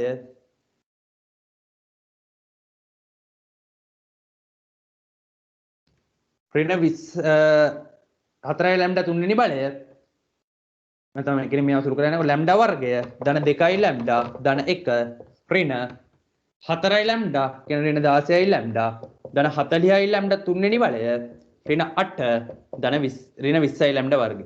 සෝරි මෙතන ධන 8 ඍණ 20යි ලැම්ඩා වර්ගය. මට මෙයා එනවා 40යි ලැම්ඩා 3 වෙනි බලය ඍණ 20යි ලැම්ඩා වර්ගය 20යි ලැම්ඩා වර්ගය ඍණ 14යි ලැම්ඩා ධන 9 කියලා මගේ විවේචකය මට හම්බෙනවා. මම මෙයාව මෙහෙම තියාගන්නවා. මොකද අපිට මට x3 වෙනි බලය ප්‍රකාශනයට එක දාලා බලමු.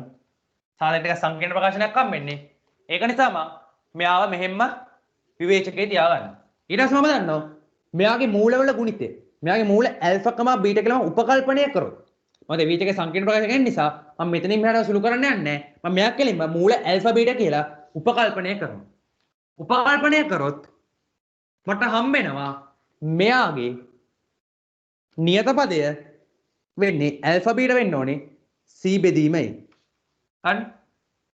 එතන මෙයාගේ මූලවල ගුණිතය වෙන්නේ නියත පදයේ බෙදීම වර්ගජ පදයේ සංගුණකය. එතන මට α β කෙනෙක් නම ගන්න පුළුවන්. 2 ඍණ 5යි ලැම්ඩා වර්ගයට 2යි ලැම්ඩා ඍණ 1. ලැම්ඩාට සමානයි භාගෙදී α β අර්ථ විරහිත වෙනවා. ඊට පස්සේ මේ α β ගුණිතය ධන මූලයක් සහ ඍණ මූලයක් පවතිනවා නම් මෙයා ඍණාගයක් වෙනවා. හරි. මට දැන් මෙයාව ගන්න පුළුවන් α β සමාන මෙයා වර්ග දෙක අතරකින් සාධක කරන්න මූල 2 ඍණ මූල 5යි ලැම්ඩා වතාවක් මූල 2 ධන මූල 5යි ලැම්ඩා යට 2යි ලැම්ඩා ඍණ 1. එතන මෙයා අසමානතාවය ගත්තොත් පැහැදිලි මෙයා භාගෙදී අර්ථ විරහිත වෙනවා. ඒ වගේම මූල 5 බෙදීම දෙකේ මූල 2 බෙදීම 5 මූල 2 බෙදීම දශම 4 වර්ගමූලය දශම 4 වර්ගමූලය කියන්නේ සාමාන්‍යයෙන් එකට අඩු වගයක්. එකට අඩු දශම 5ට වැඩි වගයක්. මොකද දශම 5 වර්ගය කියන්නේ දශම 2.5. දශම 2.5ට වැඩි එක්කෙනෙක්ගේ වර්ගමූලය කියන්නේ දශම 5ට වැඩි එක්කෙනෙක්. හරි? මොකද දශම 2.5ට වැඩි එක්කෙනෙක්ගේ වර්ගමූලය කියන්නේ අනිවාර්යෙන් මෙයාගේ වර්ගය දශම 2.5යි දශම 4 කියන එක්කෙනා වැඩි වෙන්න මෙයාට වඩා ලොකු එක්කෙනෙක් වැඩි විය යුතුයි. මේ කියන්නේ වර්ගමූලයේ ලොකු එක්කෙනෙක් විය යුතුයි. මොකද අපි දන්නවා භාගයේ වර්ගය කියන්නේ 0.25යි දශම 4 වර්ගමූලය කියන්නේ යම් සංඛ්‍යාවක වර්ගයක් වෙන්න ඕනේ දශම 4 විදියට. ඉතින් භාගයේ වර්ගය දශම 2.5යි නම් ඊට වඩා වැඩි එක්කෙනෙක් වෙන්න ඕනේ දශම 4 වර්ගමූලය. ඒ කියන්නේ 2 බෙදීම 5 වර්ගමූලය. දැන් මේ වගේ තැනක බිඳුව තියෙනවා. මේ වගේ තැනක ඍණ 2 බෙදීම මූල 5 තියෙනවා. ඔය ටික තමයි ගයන් ටික. දැන් බලන්න x කියන එක්කෙනා ඍණ 2 බෙදීම මූල 5ට වඩා අඩු වෙන ඍණ 5න් 2 වර්ගමූලයට වඩා අඩු වෙනකොට මෙන්න මෙයා අඩු වෙනකොට මෙයා ඍණ වෙනවා. හරි?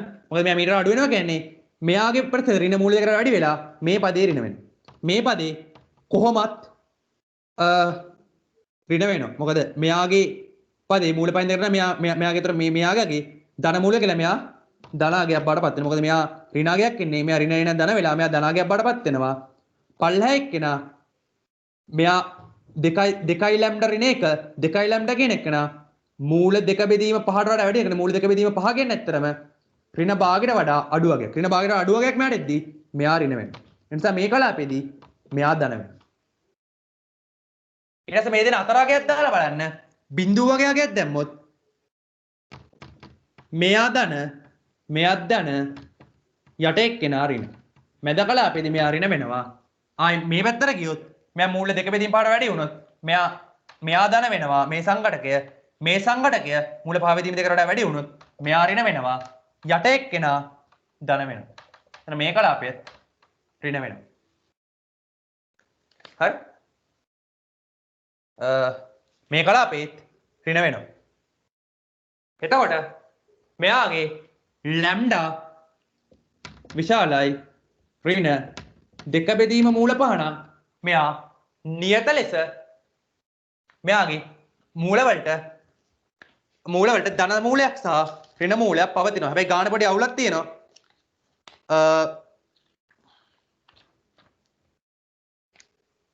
මේ ගාන පොඩි අවුලක් තියෙනවා. ඒ අවුල තමයි මෙයාගේ මූල තාත්විකද කියලා කියන්න අපිට හරියටම දත්තයක් හොයාගන්න බෑ. ඒක ඇත්තටම ලැම්ඩා වර්ගය. හරි. මෙතන අපිට හරියටම මූල තාත්විකද කියලා කියන්නේ මේ ප්‍රකාශනය සුළු කරගන්න බෑ. ඒතර ගාණේ ඇත්තටම මේ විවේචකයේ සුළු කිරීම බලාපොරොත්තු වෙලා නැහැ. ඔයාලට ඕන පුළුවන් මේ කලාපය තුල ලැම්ඩා ආදේශ කළා මෙයත් විශාලයි බිඳුවද කියලා චෙක් කරලා බලන්න. හරි?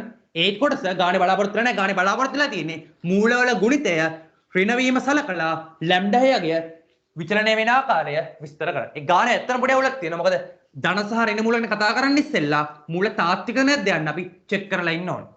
මොකද මෙතන මේන ප්‍රකාශනය පොඩ්ඩක් සංකීර්ණ ප්‍රකාශනයක්.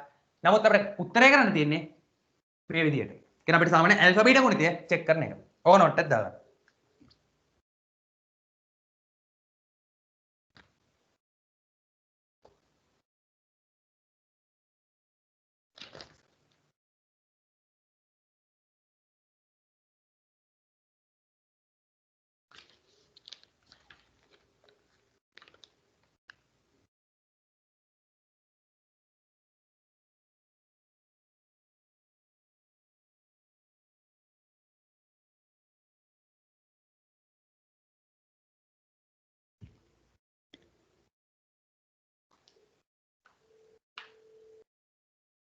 ඒත් එක්කම මෙතන තව දෙයක් තියෙනවා. විශේෂයෙන් බලන්න ඕනේ දෙයක්.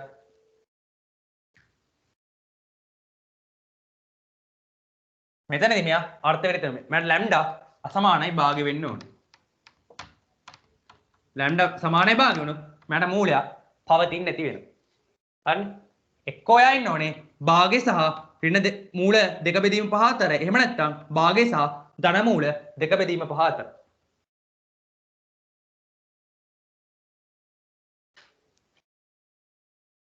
මෙතන පොඩි වැඩක් තියෙනවා. මෙතන මේ කලාපය තුන ඍණ වෙන්නේ අපි භාගය සහ දෙක බෙදීම මූල පහෙන් දෙකෙන් වර්ගමූල අතර සාධකයක් දැම්මොත් මෙයා භාගයට වැඩි වෙච්ච ගමන් යට එක්කෙනා ධන වෙනවා. යට එක්කෙනා ධන වෙලා උඩායක ලකුණු එහෙමම තියෙනවා. මේ කලාපේ මෙයා ධන වෙනවා. එහෙනම් මේක අවශ්‍ය කරන ප්‍රතිඵලය අපිට හම්බෙන්නේ මූල ඍණ දෙක බෙදීම පහයි සහ භාගය අතර සහ මූල දෙක බෙදීම පහට වඩා වැඩි වුණා. එතන ලැම්ඩා වගේ පරාස එන්නේ ලැම්ඩා ඍණ මූල දෙක බෙදීම පහත් භාගයත් අතර ඉන්න ඕනේ සහ ලැම්ඩා විශාල වෙන්න ඕනේ වර්ගමූල දෙක බෙදීම පහටත් වඩා. එන සාමාන්‍ය වශයෙන් අපිට අසමානතාව විස්තීම තිබුණා. මෙතන මේ ගානේ සුළු වීම පිළිබඳව ප්‍රශ්නයක් තියෙනවා. මොකද ගාන දාන්න ඉස්සෙල්ලා පොඩ්ඩක් අර සුළු කරලා ඒ කියන්නේ පොඩ්ඩක් සුළු කිරීම වැඩිපුර වෙනවා. සාමාන්‍යයෙන් ඒ විභාග මට්ටමේ ඉඳලා සුළු කිරීම ඔයගලන්ට හරියට යන ගණන්ටයක් හම්බ වෙනවා. තමයි මේ වගේ වර්ගමූල ගණන් ගොඩක් දුරට ඔයගලගේ උසස් පෙළ විභාගෙදී හම්බෙන එක ගන්න. මේක පොතකින් ගත්ත ගානක් මට දාන්න ඉස්සෙල්ලා සුළු කිරීම චෙක් කරන්න අමතක වුණා.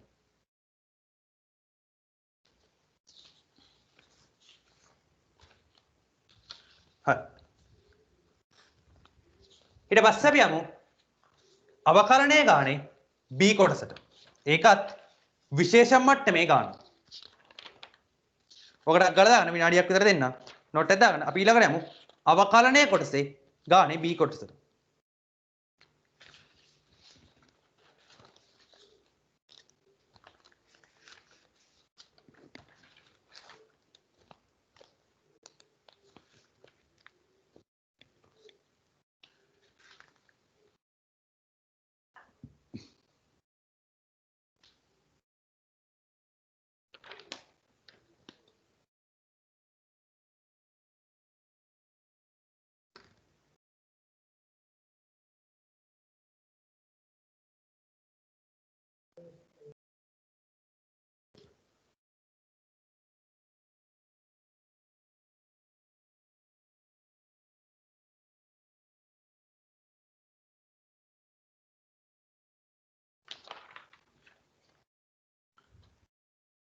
මේ දාගන්නක් ගාලා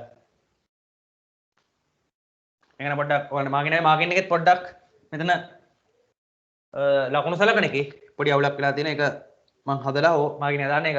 ඉතින් හිතන්න මේ ගානේ පොඩ්ඩක් සුළු කිරීමේ ප්‍රශ්නයක් තියෙනවා මට ඕන උනේ මේ මූල දෙකේ ගුණිතය අරගෙන ඒ ලකුණු සලකන එක විතර.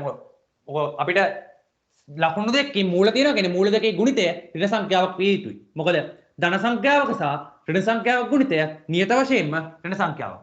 ධනයි දින ඉලක්කම් දෙකක් වැඩි වුණත් ධන ඍණයි දින ඉලක්කම් දෙකක් වැඩි වුණත් ධන. හරි. මේවා රෙකෝඩින් එකේ තියෙනවා.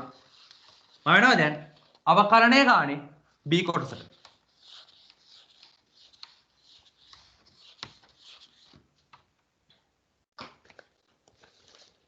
මම ඒ ගානේ කියන්නේ දාමනීතිය ඇසුරෙන් y සමානයි lnx විතය අවකලනය කරන්න කියලා.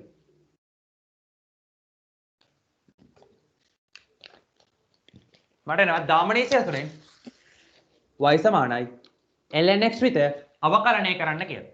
මම දන්නවා y සමාන lnx කියන්නේ ලඝු e පාදයට x. මෙහෙම ලියන එකේ තේරුම තමයි e වල e පාදයට e වල y වෙනි බලය සමානයි x කියන එක. මම දෙපැත්තම y වලින් අවකලනය කරනවා. මට එනවා dx යර dy සමානයි e වල y. හරිනේ? මේක අපි දන්න දේ. ඒතර අපි දාමනීතියෙන් දන්නවා. අපි දාමනීතියෙන් දන්නවා. දාමනීතිය කියන්නේ dy යර dt වතාවක් dt යර dx ඕන විදිහට මෙයා වැඩි කරන් යන්න පුළුවන්. මෙයා සමානයි dy යර dx. ඒ කියන්නේ මෙයා වැඩි කිරීම විදිහට හැසිරෙනවා කියලා. ඔයාලට ඕන තව විදිහට දාන්න පුළුවන් මෙතන dy යර dt සමාන වතාවක් dt යර du වතාවක් du යර dx සමානයි dy යර dx වෙන්න ඕනේ. මෙහෙම කැපිලා යන එක. දාමනීතිය කියන්නේ මේ dy යර dx කියන එක නා සරලවම දාමනීතිය කියන්නේ වැඩි කිරීම සහ මෙයා නිකන් භාගයක් විදිහට හැසිරෙනවා කියන එක. අපිට මේකෙන් ගන්න පුළුවන් dy යර dx කියන එක නා සමානයි කියලා අපිට මෙතනින් ගන්න පුළුවන් 1යට dx යර dy කියන එක නා. අපිට ඔය විදිහට දාමනීතිය ඇසුරෙන් මෙයාව ලියා ගන්න පුළුවන් වෙනවා. හරි? මොකද මේ එක කියන එක නා අපිට ලියන්න පුළුවන් වෙනවා dy යර dx වතාවක් dx ට dy වලට. හරි?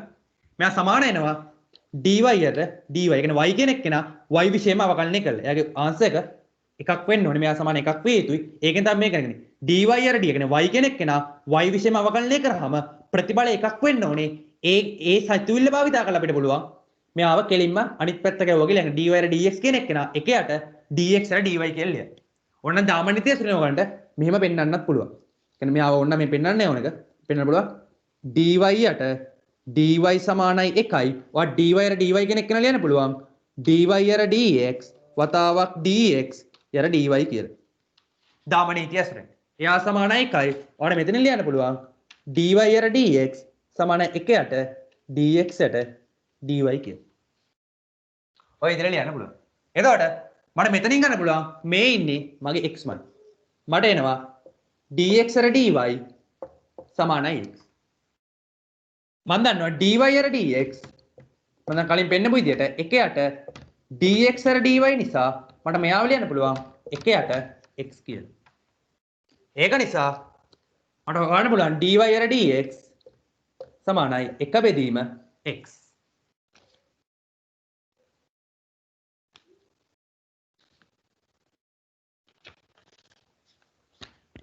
මෙතන ගන්න.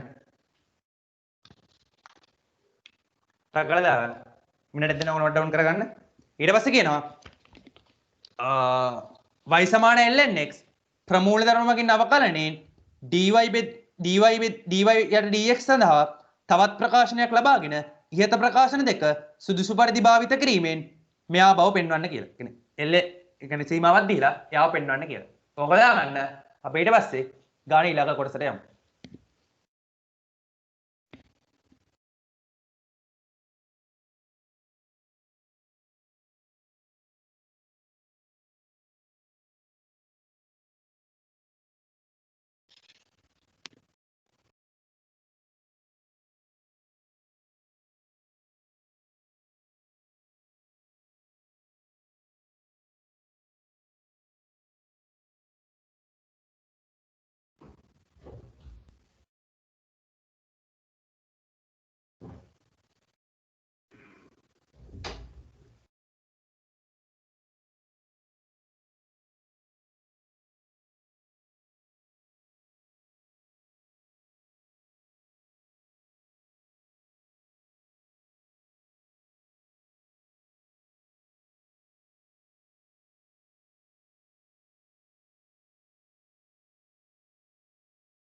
ටකලා විනාඩියක් කර දෙන්න.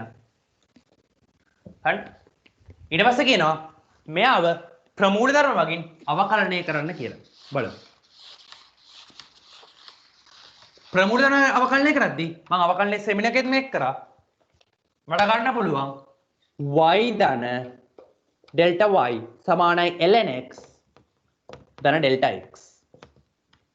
ඊට පස්සේ මට ගන්න පුළුවන් delta y සමානයි ln x ධන delta x ඍණ y. මට y කියන එක කෙනාව ලියන්න පුළුවන් ln x කියලා. delta y සමානයි ln x ධන delta x ඍණ ln x. මට මෙයාව ලියන්න පුළුවන් delta y සමානයි ln අඩු කිරීම බෙදීමක් වෙන ලක්ගුණක නීතිය ඇසුරෙන් x ධන delta x බෙදීම x. මට මෙයා සමාන කරන්න පුළුවන් ln 1 ධන delta x බෙදීම x. දැන් මට ගන්න පුළුවන් delta y බෙදීම delta x සමානයි 1 යට delta x වතාවක් ln 1 ධන delta x බෙදීම x. ලක්ගුණක නීති පාවිච්චි කරන්න සංගුණකයක් විතර තියෙන එක්කෙනෙක්ව බලයක් විදියට ඇතුළට ගන්න පුළුවන්. delta y යට delta x එනවා මට ln 1 ධන delta x බෙදීම x වල delta x බෙදීම x. හරි.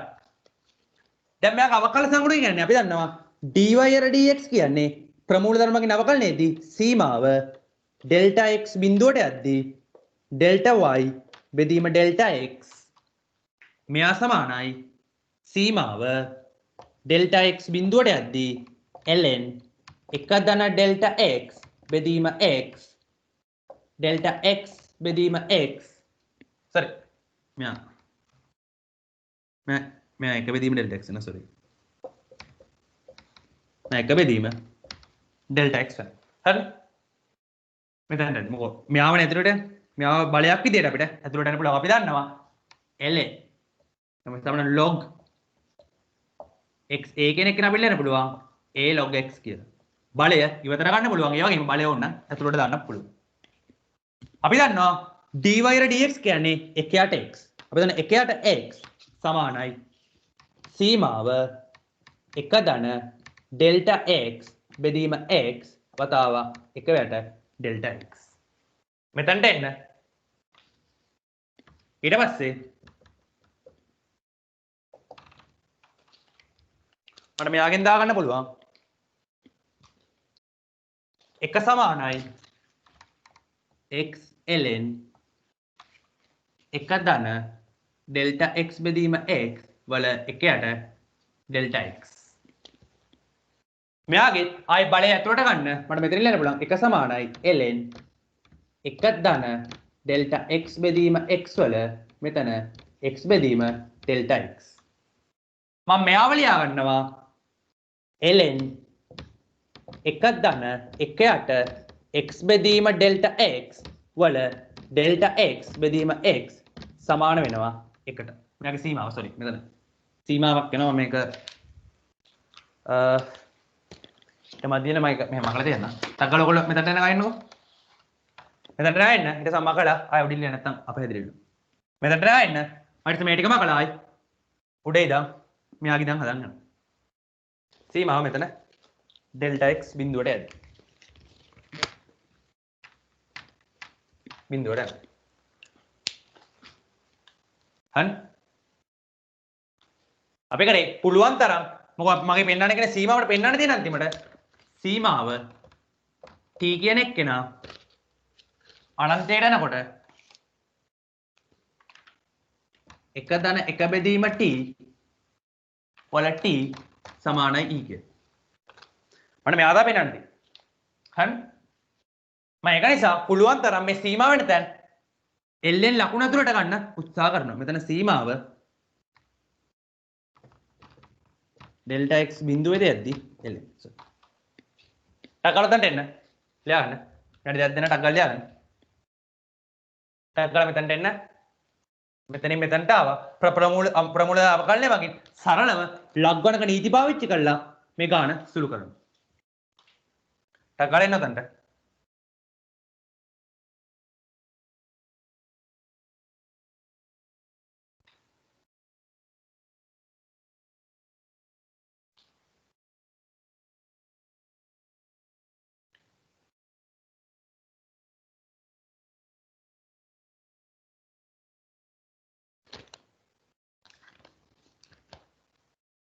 ටක්කල ඔක දාගන්න.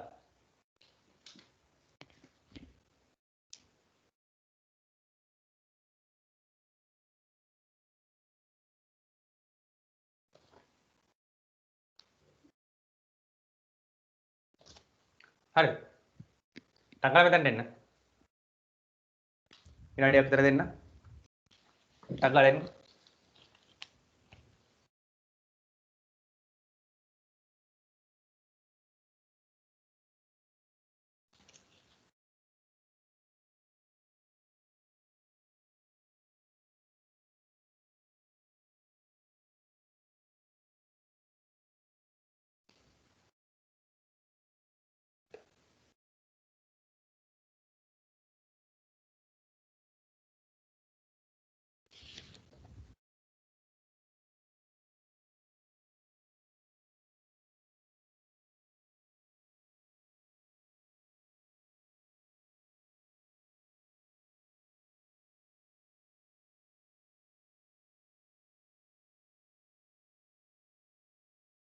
ටක්කල දාගන්න. ස්ක්‍රීන්ෂොට් එකක් කරලා ගහගන්න. නැත්නම් මේක රෙකෝඩින් එකක් හම්බ වෙන නිසා ලොකු අවුලක් නැහැ.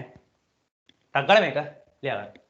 මම මුල් ටික විතරක් ලියන මුල් පද පේලි තුන විතරක් මකන්න. එතකොට ඔයගලන්ට යට එක ලියන නම් වෙලා තියෙනවා.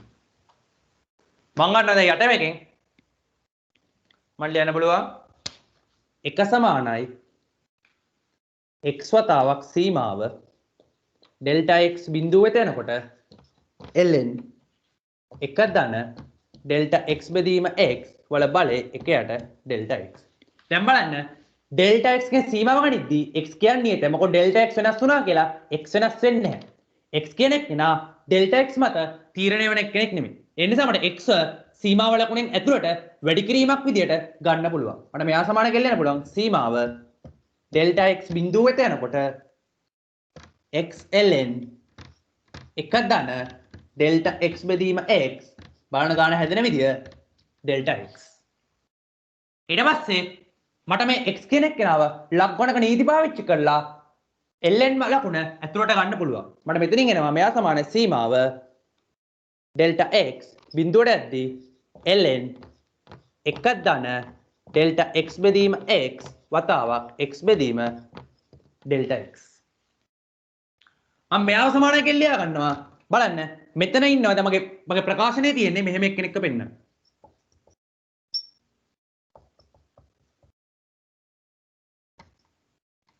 බලන්න එක යට එක බෙදීම t වල t වෙනි බලය. දැන් මෙතන x බෙදීම ඩෙල්ටා x ඉන්නවා. මෙතන ඉන්නේ ඩෙල්ටා x බෙදීම x. මම මේ හැඩේ මෙතන හදාගන්න එනයින් කියලා කියලා තියෙන නිසා මම මෙයාව අනිත් පැත්ත ගහනවා. මට එනවා මෙයා සමාන සීමාව ඩෙල්ටා x බිඳුව වෙත යද්දී එක ධන එක බෙදීම ඩෙල්ටා x බෙදීම x යට ඩෙල්ටා x බෙදීම x. දැන් හරි. දැන් හොඳට බලන්න. හරි. මම මේ වීඩියෝ දෙකක්ම ගන්නම්. ඊට වෙලාවත් එක්ක ඒ ටික උසස් පෙරලා මේ ටික ලියා ගන්න වෙලාව ඇති. නැත්නම් රෙකෝඩින් එක බලලා හරි ඔයගලන්ට ලියා ගන්න පුළුවන්. දැන් බලන්න මේ ප්‍රතිඵලයත් එක්ක මම ගන්නවා මෙතන ln. හරි. මම මෙහෙම දෙයක් කරනවා. මම ඩෙල්ටා x බෙදීම x මම සමාන කරනවා t ට. sorry මෙතන x බෙදීම ඩෙල්ටා x. මෙතන ඩෙල්ටා x බෙදීම x යාපැත්ත ගවම x බෙදීම ඩෙල්ටා x. sorry. මම ඩෙල්ටා x බෙදීම ඩෙල්ටා x සමාන කරනවා t ට. මම x බෙදීම ඩෙල්ටා x t ට සමාන කරනවා. මොකද මගේ මෙයාව තනිකර දැන් ඒ හැඩේ හරි බලන්න එක ධන එක යට යම් කිසි පදයක් එයාම බලේ ඉන්නවා. ඒ හැඩේ මම මෙතන හදලා ඉවරයි. මම මෙයාට සමාන කරාම ඩෙල්ටා x බිඳුව වෙත යනකොට x කියන එක්කෙනා තාත්වික මොනවාගයක් වුණත් අපිට මෙතන x අසමානයි බිඳුව කියලා උපකල්පනය කරන්න සිද්ධ වෙනවා. මොකද ln x රිතේ අපි දන්නවා තියෙන්නේ මේ විදිහට. ln x රිතේ ගත්තොත් තියෙන්නේ මේ විදිහට. ln x රිතේ ln බිඳුව අර්ථ දැක්වෙන්නේ නැහැ. ln x නිසා මේක අපි x අසමානයි බිඳුව කියලා අපිට ගන්න පුළුවන්. මොකද ln x රිතය අර්ථ දැක්වෙන්නේ කියන y සමානයි ln x නිසා ln x රිතය x සමානයි බිඳුවට අර්ථ දැක්වෙන්නේ නැහැ. මෙතන තියෙන්නේ ස්පර්ශ මුඛයක්. ඒක නිසා x බිඳුවට ඇද්දී x කියන එක්කෙනා ධනතාත්වික සංඛ්‍යාවක් වෙලා t කියන එක්කෙනා අනන්තයට යනවා. මොකද ln ශ්‍රිතය අර්ථ දක්වන්නේ ධනතාත්වික සංඛ්‍යාවලට. හරි y සමාන lns කියලා ගාණේ මුල කියන නිසා අපිට x සමානයි බිඳුව හෝ ඍණ සංඛ්‍යා සැලකීමට බෑ. දැන් ගණිතයේ තියෙන අවස්ථා පාවිච්චි වෙන ආකාරය. දැන් ඩෙල්ටා t දැන් t අනන්තයට යනවා. දැන් මට මෙයාම ලියන්න පුළුවන් එක සමානයි සීමාව t කියන එක්කෙනා අනන්තයට ඇද්දී x බෙදීම ඩෙල්ටා x වෙනුවට දාන්න t. මට එනවා ln 1 ධන 1 බෙදීම t වල t. හරි. මෙයා සමානයි එකක් වෙනවා. දැන් කොහොමද මේ ගාන හදන්නේ? බලන්න. දැන් බලන්න අපි ගාන සුළු කරගෙන ආවා. දැන් බලන්න. දැන් මේ ගාන හැදිලා වගේ පේනවා. හරි. මේ ගාන හැදිලා වගේ වෙන. දැන් බලන්න. මේ සීමාව තාම ln ලකුණු තියෙනවා. එයාව කොහොමද අපි අයින් කරගන්නේ? හරි. කොහොමද අපි මෙයාව අයින් කරගන්නේ? අපි දන්නවා මෙහෙම දෙයක්. දැන් යාව ඊ කියන ඔප්පු කරගන්න ඕනේ. මම මෙහෙම දෙයක් කරනවා. හිතන්න මෙහෙම දෙයක්. සීමාව හරි සීමාව t අනන්තයට යද්දී සීමාව t අනන්තයට යද්දී e වල බලය එනවා ln 1 ධන 1 බෙදීම t වල t වෙනි බලය මෙයා මට සමානයි කියලා ලියන්න පුළුවන්. මෙයා මට සමානයි කියලා ලියන්න පුළුවන්. සීමාව e ශ්‍රිතය e වට බලය ශ්‍රිතය ඇතුළට අරන් යන්න පුළුවන්. අපි කතා කරා සීමාව මේ වගේ ශ්‍රිතයන් ඇතුළට අරන් යන්න පුළුවන් කියලා. ඒක සීමාවේ නීතියක්. සීමාව ශ්‍රිතය තුළට අරන් යන්න පුළුවන්. මෙයා සමානයි e වල සීමාව ශ්‍රිතය ඇතුළට අරන් යන්න සීමාව t අනන්තයට යද්දී ln 1 ධන 1 බෙදීම t වල t වෙනි බලය. අපි දැන් මෙයාව දන්නවා එකක් කියලා. මෙයා එකක් වෙනවා. හරි? මෙයා එකක් වෙනවා. එයා එකක් වෙනවා නම් මේ පැත්තේ ප්‍රතිඵලය e වෙනවා. දැන් මෙයාව බලන්න මට කියන්නේ ln a සමානයි b නම් e වල b සමානයි a. මේක තව විදිහකට ලියන්න පුළුවන්. e වල ln a සමානයි මෙයා මට ඕන ලියන්න බලන්න b වෙනකොට ln a නමුත් e වල ln a සමානයි a. බලන්න e වල ln 1 ධන 1 බෙදීම t වල t වෙනි බලය. ඒක නිසා මට මෙයාව ලියන්න පුළුවන් කෙලින්ම සීමාව t අනන්තයට යද්දී 1 ධන 1 බෙදීම t වල t වෙනි බලය මෙයා සමානයි e. ඔය ගානම මම ගෲප් එකෙත් කලින් දාන්න නැති. ඔය ගාන ඕනනම් අපිට ද්විපද ප්‍රසාරණය පාවිච්චි කළත් මේ ගාන කොට දාන්න පුළුවන්. දැන් මේ ගාන කියන්නේ ln x වල අවකල සංගුණකයේ භාවිතයෙන් මෙයාව ඔප්පු කරන්න. මෙයාවම ඕනනම් ද්විපද ප්‍රසාරණය පාවිච්චි කළත් අපිට ඔප්පු කරන්න පුළුවන්. බලන්න ලස්සනට හැදෙන හැටි. ලඝුගණක නීති අවකලනය සීමාව හැම තියර එකක්ම තනි ගානක් විතර පාවිච්චි වෙලා තියෙනවා. උසස් පෙළ මට්ටමේ විභාග ගණන් කියන්නේ ඔය වගේ ගණන්. හරි? ඒක විභාග මට්ටමේ ඉහළින්වත් නැහැ. බලන්න 2018 ත්‍රිකෝණමිතිය ගාන පට්ට ගානක් තියෙනවා. ත්‍රිකෝණමිතිය 2018 ත්‍රිකෝණමිතිය ගාන තියෙන්නේ යම්කිසි සමීකරණයක අගයක් යම්කිසි සමීකරණයකට යම්කිසි අගයක් ආදේශ කරාම සමීකරණය තෘප්ත වේ නම් එමාගය එම සමීකරණයේ මූලයක් කියන අදහසින් තමයි ගාන කොට දාන්න තියෙන්නේ. දැන් මේකත් බලන්න ලඝුගණක පිළිබඳ අදහස පාවිච්චියෙන් තමයි ගාන කොට දාන්න තියෙන්නේ. ගාන දෙකයි සුළු කිරීම දෙකයි හැබැයි පාවිච්චි වෙන අදහස් ඊටාම සරලයි. හරි? දැන් මේක කරද්දී පොඩ සුළු කිරීම ගැන සැලකිලිමත් වෙන්න. මොකද මේ වගේ දිගට සුළු කරන් යද්දී දැන් මෙතන ඇත්තට මේ බෝඩ් එක මට පොඩි. මම බෝඩ් එක ගන්න ලොකු බෝඩ් එකක් හෙව්වා අර මේ කොරෝනා කාලෙත් එක්ක පොඩ්ඩක් සප්ලයි අඩු වෙලා දැන් බෝඩ් එකම හොයන්න අඩුයි. මම හම්බෙච්ච මං ආයෙ ගන්නම්. මේ එතකොට දැන් මේ බෝඩ් එක කරන් යන නිසා මට මකමක ලියන්න දෙයි. එක දිගට කරන් ගියා නම් මට මේක දිගට කරන් යන්න පුළුවන්. ඕගොල්ලෝ කරන් යද්දී වරදින්න නැති වෙන්න එක පියවරක්වත් මිස් කරන්න නැති වෙන ලියන්න. හරි? මොකද නැත්නම් දිගට කරන් යනකොට මේ වගේ එක තැනකින් වෙනස් වෙනවා. මොකද x ඩෙල්ටා x තියෙනවා x තියෙනවා. එක තැනකින් මෙයා මාරුනොත් මුළු ගානම වරදිනවා. ඒක නිසා සුළු කිරීම ගැන ප්‍රවේශම් වෙනවා. ඕගොල්ලන් ගොඩක් සමහරක් අය ගොඩක් ලකුණු අඩු කරන් තිබ්බේ සුළු කිරීම නිසා. ගාන හරියට කළා මැදින් සුළු කිරීම වරද්දලා. එතකොට ගානේ ක්‍රමයට ලකුණු ටික දෙන්න පුළුවන්. සුළු කිරීම වලට හම්බෙන ලකුණු ටික හම්බෙන්නේ නැති වෙනවා. අනිත් එක තමයි සුළු කිරීමක් වැරදුනත් වැරදුනේ කොතනද කියලා අපිට හොයාගන්න පුළුවන් නම් ඔයගලන්ට ලකුණු හම්බ වෙනවා. සමහරක් අයගේ පියවර ඉදිරිපත් කිරීම පැහැදිලි නැති නිසා වැරදි තැන හොයාගන්නත් බෑ. හරියට කරපු ටික හොයාගන්නත් බෑ. ඒක නිසා ලකුණු දෙන්නත් බෑ. ඒක නිසා ඉදිරිපත් කිරීම කරද්දී තමන් කරන දේ පැහැදිලිව ඉදිරිපත් කරන්න. තමන් හිතන හැම අදහසම පැහැදිලිව පේපර් එකේ ලියන්න. එතකොට තමයි බලන එක්කෙනාට තේරෙන්නේ මෙයා මොකද්ද කරලා තියෙන්නේ. ඒතර බලන එක්කෙනාට තමන් කරලා තියෙන දේ තේරෙන්නේ නැත්නම් ලකුණු හම්බෙන්නේ නැහැ. ඔයගොල්ලන් ගොඩක් අයගේ ලකුණු අඩු වෙන්න හේතුව විෂය බැරිකම නෙමේ තමන් දන්න දේ පැහැදිලිව ඉදිරිපත් කරන්න බැරිකම. ඕක තේරෙන්න තමන් හැර වෙන එකෙක් පේපර් එකක් අරගෙන බලන්න ඕනේ. දැන් ඕක මේ අවුරුදු පේපර්ස් බලන අයලා ටිකට තේරිලා තියෙනවා. ඒගොල්ලෝ දන්නවා. ඒගොල්ලෝ ලියන දේවල් වෙන මනුස්සයෙක් බැලුවම තේරෙන්නේ නැහැ කියලා. මම ඒ කාලේ කියද්දි ඒගොල්ලෝ ඇහුවේ නැහැ. දැන් තේරිලා තියෙනවා. දැන් ඕගොල්ලොන්ට මම කියන්න පුළුවන් නම් මේ පේපර් එක කරලා අපිට WhatsApp එකේ පස්සේ මේ දැන් මේ ඩිස්කෂන් එකකට පස්සේ උනත් තමන්ගේ යාළුවට තමන්ගේ පේපර් එක දීලා බලන්න තමන් කරපු දේ තේරෙනවද කියලා. මොකද ඔයගොල්ලෝ මාර්කින් ගැන එක අවබෝධයක් තියෙනවා. මාර්කින් එක දුන්නාට පස්සේ තමන්ගේ යාළුවෙක්ගෙන් පේපර් ඉල්ලගෙන තමන්ටම තමන් වෙන කෙනෙක්ගේ පේපර් එකක් බලන්න පුළුවන්. එහෙන් බලනකොට තේරෙනවා වෙන කෙනෙක්ට තමන්ගේ පේපර් එක බලද්දී තමන් හරියට පියවරක් ලියුවේ නැත්නම් ඒක තේරුම් ගන්න බෑ කියලා. ඒ නිසා මේ පියවර ලිවීම අත්‍යවශ්‍යයි ගාණක් හදන්න. මොකද ඔය ටික තමයි අද මේ පේපර් එකේ සාකච්ඡා කරන්න තිබ්බේ. මේ පේපර් එකේ පොඩ්ඩක් ඕගොල්ලන්ට මේ ලකුණු අඩු වෙන්න එක හේතුව තමයි මේක සුළු කිරීම වැඩි. ඒක මාත් පිළිගන්නවා. මොකද මේකේ මේ අපි ගත්තොත් ඒ පාර්ට් එකේ නම් ලොකු අවුලක් තිබ්බේ නැහැ. සාමාන්‍යයෙන් ඒ පාර්ට් එකේ සුළු කිරීම වැඩිපුර තිබ්බා. සුළු කිරීම කරගන්න පුළුවන්කම තිබ්බා.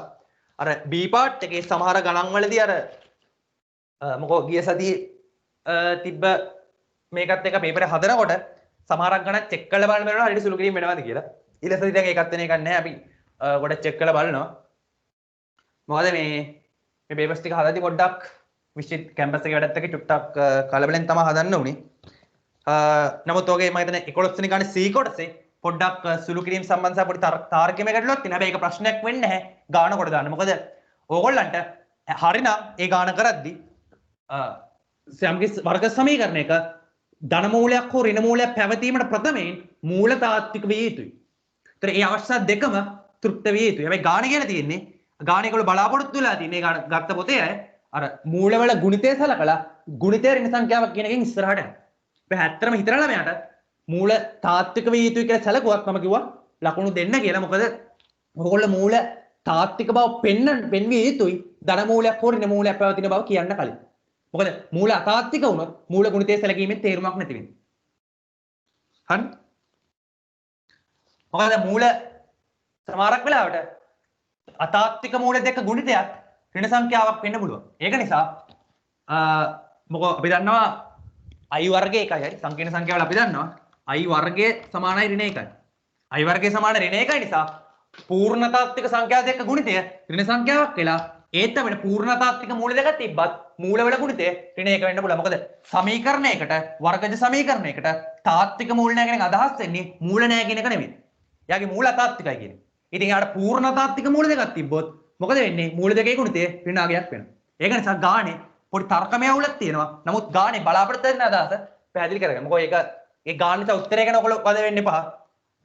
ඕගොල්ලෝ ඒ ගානේ ඒ අදහස් බලලා අදහස හිතන්න. සමහර ගානක් කිව්වොත් ඔයගොල්ලන්ට විවේචකය පාවිච්චි කළා මූල තාත්විකයි කියලා පෙන්නලා ධන මූලයක් සහ ඍණ මූලයක් තියෙනවා කිව්වොත් මූලවල ගුණිතය ඍණාගයක් කියන අදහස භාවිතයෙන් ඉස්සරහට යනවා. ඊට පස්සේ මූල දෙකම ධන හෝ මූල දෙකම එකම ලකුණ පවතී කියලා කිව්වොත් මූල දෙක ගුණිතය ධනාගයක් කියලා අරගෙන එතනින් ඉස්සරහට යනවා. අර ඒ වගේ සිතුවිලි තමයි මේ ගණිතයේදී ඕනේ. ඒතරම මේ හැමදෙස්සම මේ මාර්කින් එක දුන්නාට පස්සේ උනත් ගාන හැදිලා තියලා උත්තරය ඇවිල්ලා මේ ගාන හදන්නේ මෙහෙමයි කියන එක නෙමෙයි. ඒ ගාන තුල පාවෙච්ච සිතුවිලි ටික ඔළුවට දාගන්න. එහෙම දාගත්තොත් ගණිතය කියන එක පුළුවන් වෙයි. අනිත් එක සාමාන්‍යයෙන් උසස් පෙළ පන්ති වල ටිකක් පස්සර යනකොට ළමයි අඩු වෙන එක සාමාන්‍යයි. මොකද මංගේ පන්ති වල මුලින් හිටිය ළමයි 1000ක් විතර අන්තිමට තුනේ 150ක්. මොකද හේතුව ලංකාවේ උසස් පෙළ ලියන ළමයින්ගේ 108කට තමයි කම්බයින්ඩ් මැත්ස් වල එන්නේ. තවත් 108කට තමයි B එන්නේ. හරි? කියන්නේ 116. කියන්නේ පහෙන් එකක්වත් නැහැ. හරි? 141ක් ෆේල් වෙනවා. කොළඹ දිස්ත්‍රික්කේ විතරක් ලංකාවේ ගත්තා 147ක් වගේ කිට් වෙන 150කට ආසන්න ප්‍රමාණයක් ෆේල් වෙනවා. 150ට ආසන්න ගණන් තමයි පාස් වෙන්නේ. ඔයිට උඩ යන්නෙම නැහැ කියන්නේ. 45ට එන වෙලාවල් තියෙනවා පාස් ෆේල් පර්සන්ටේජ් එක. සමහර ඔය රේන්ජ් එකේ තමයි යන්නේ. එතකොට එච්චර ප්‍රමාණයක් අසමත් වෙනවා කියන්නේ මේ විභාගය ඇත්තටම අමාරුයි. ඒක නිසා තමන් මාසිලා වැඩ කරොත් තමන්ට ප්‍රතිඵල දීයි ලකුණු අඩු වෙන එක ප්‍රශ්නයක් නෙමෙයි. මොකද හැමෝටම ලකුණු අඩු වෙනවා. මොකද මේ විභාගය අමාරුයි. හරි? ලකුණු අඩු වුණා කියලා මේක අතහැරලා දාන්නවත් පේපර්ස් නොකර ඉන්නවත් හේතුවක් නෙමෙයි ලකුණු අඩු වෙන එක. ලකුණු අඩු වෙනවා නම් තමන්ගේ අඩුපාඩු උතුරගෙන ඒ අඩුපාඩු ඉදිරියේදී නොවන ආකාරයෙන් වැඩ කරන්න ඕනේ. කියන්නේ මේකෙදි හිතන්නකො ලකුණු අඩු වුණා කියලා. අවු ප්‍රශ්න නැහැ. ඒ වැරදි ටික ආයෙ වෙන්න දෙන්න එපා. ඕගොල්ලෝ සාර්ථක වෙනවා කියන්නේ හැමදාම ලකුණු 100 ගන්නවා කියන එක නෙමෙයි. අද කරන වැඩක්ද හෙට ඕගොල්ලෝ නොකර ඉන්නවා නම් ඕගොල්ලෝ සාර්ථකයි. හරි. අදත් ලකුණු 10යි හෙටත් ලකුණු 10යි අවුලක් නැහැ. අද කරපු වැරදි ටික හෙට කරන්න නැතුව ඉඳලා හෙට වෙන අලුත් වැරදි ටිකක් වෙලා නම් ලකුණු අඩු උනේ ප්‍රශ්නයක් නැහැ. ඊට පස්සේ දවසේ පේපර් එකක් කරනකොට ඒ වැරදි ටිකක් නොකරයි. වෙන්න ඕනේ තමන්ගේ වැරදි අඳුරගෙන තමන් ඉන්න තැන අඳුරගෙන වැරදි නිවැරදි කරගෙන ඉස්සරහට යන එක. හරි. එතකොට ඔය ටික තමයි සාකච්ඡා කරන්න ඕනේ. මම මේකේ සම්පූර්ණ මාකින් එකක් මේකෙන් පස්සේ ගෲප් එකට දාන්නම්. ඕගොල්ලන්ට මීට පස්සේ පේපර් එක දුන්නාට පස්සේ දෙසැම්බර් මාසෙ ඉඳලා ඕගොල්ලෝ රෙජිස්ටර් වෙන්න ඕනේ පේපර් ක්ලාස් එකට. පේපර් එක කරලා වෙනකොට ඕගොල්ලෝ අනිවාර්යෙන් ඕගොල්ලන්ට බැරි ගණන් මාක් කරලා එවන්න. ඒ කියන්නේ මට මේ ගාන ඩිස්කස් වෙන්න ඕනේ කියලා. ඊට අමතරව මේක නිකන් පේපර් ඩිස්කෂන් එකක් කරගන්න එපා. ඕගොල්ලන්ට ගෙදරදී හදාගන්න බැරි වෙච්ච මොනම හෝ ගානක් තියෙනවා නම් WhatsApp වලින් අපිට එවන්න. අපි ඒක මේ වෙලාවට ඩිස්කස් කරනවා. මොකද මේ වෙලාව ඇත්තටම ඔයගොල්ලන්ට ගණන් හිතන්න පුරුදු ගන්න ඕන. මේ පේපර් ඩිස්කෂන් එකෙන් කරන්නේ පේපර් එක ඩිස්කස් කරන එකටත් වඩා ගානක් හිතන්න උරු කරන එක ඕනම අමාරු ගානක් ඒ ගණිතයේ සිතුවිලි භාවිතයෙන් සුළු කරන්න උරු කරන එක. ගාන උත්තරේ වෙත යන්න හුරු කරගෙන ඕනම ගානකට අවතීර්ණ වෙන්න ඔළුවට හුරුවක් දෙන එක තමයි ඩිස්කෂන් එක කරන්නේ. ඒතර ඒකට Tamanට ගෙදරදී හදලා හම්බෙන හදාගන්න බැරි ඕනම ගානක් අපිට එවන්න. ඒක හොඳ මට්ටමේ ගානක් නම් අපි අනිවාර්යෙන් මෙතන ඩිස්කස් කරනවා. ඒ වගේම ඒක එවලේ අපිට හිතුනොත් මේක ඕගලන්ට WhatsApp වලින් උත්තරේ උත්තරේ එවන්න ඕනේ කියලා අපි එවලේ ඕගලන්ට ප්‍රයිවට් එකේ උත්තරේ එවනවා. ඒක නිසා මේක ඕගොල්ලෝ එකට වැඩ කරන්න ඕන එකක්. මේ වෙලාව පේපර් ඩිස්කෂන් එකකට තරහා ඔළුව උරු කරගන්න තියාගන්න. ඊට තමයි මේ ලියාපදිංචි වෙන්න ඕන හැටි රෙජිස්ටර් වෙනකොට ඉස්සරහට කියන්නම්. පේපර් ක්ලාස් එකට ආවට නැතත් ඕගොල්ලන්ට විෂය සම්බන්ධයෙන් මොනම හෝ ප්‍රශ්නක් තියෙනවා නම් අපේ ඇඩ්මින් කෙනෙක්ට මැසේජ් එකක් දාන්න අනිවාර්යෙන් අපි ඕගොල්ලන්ට උදව් කරනවා. ඒක තමයි කියන්න තියෙන්නේ. එහෙනම් වැඩ කරන්න. කොහොමෙන් හරි 2021 අගෝස්තු මාසේ අපි හිතමු අගෝස්තු මාසේ භාගෙ තියෙයි කියලා. තිනේ භාගෙන් පට්ටම රිසල්ට් එකක් දාන්න. හැමෝටම good luck. මගේ ප්‍රශ්න තියෙනවා නම් දැන් අන්මුට් කරලා අහන්න පුළුවන්. ප්‍රශ්න තියෙනවා? අනේ දේනි කතා කරන්න ඕනේ. ඕකේ. ඉංගට තාවෙන් පෙනී යන්නේ ප්‍රශ්න නැමැති බවයි. එහෙනම් මම රෙකෝඩින් එක ස්ටොප් කරනවා. මේ රෙකෝඩින් එක ප්‍රිපෙයාර් වෙච්ච ගමන් මම දාන්නම්. හැමෝටම good night and good luck.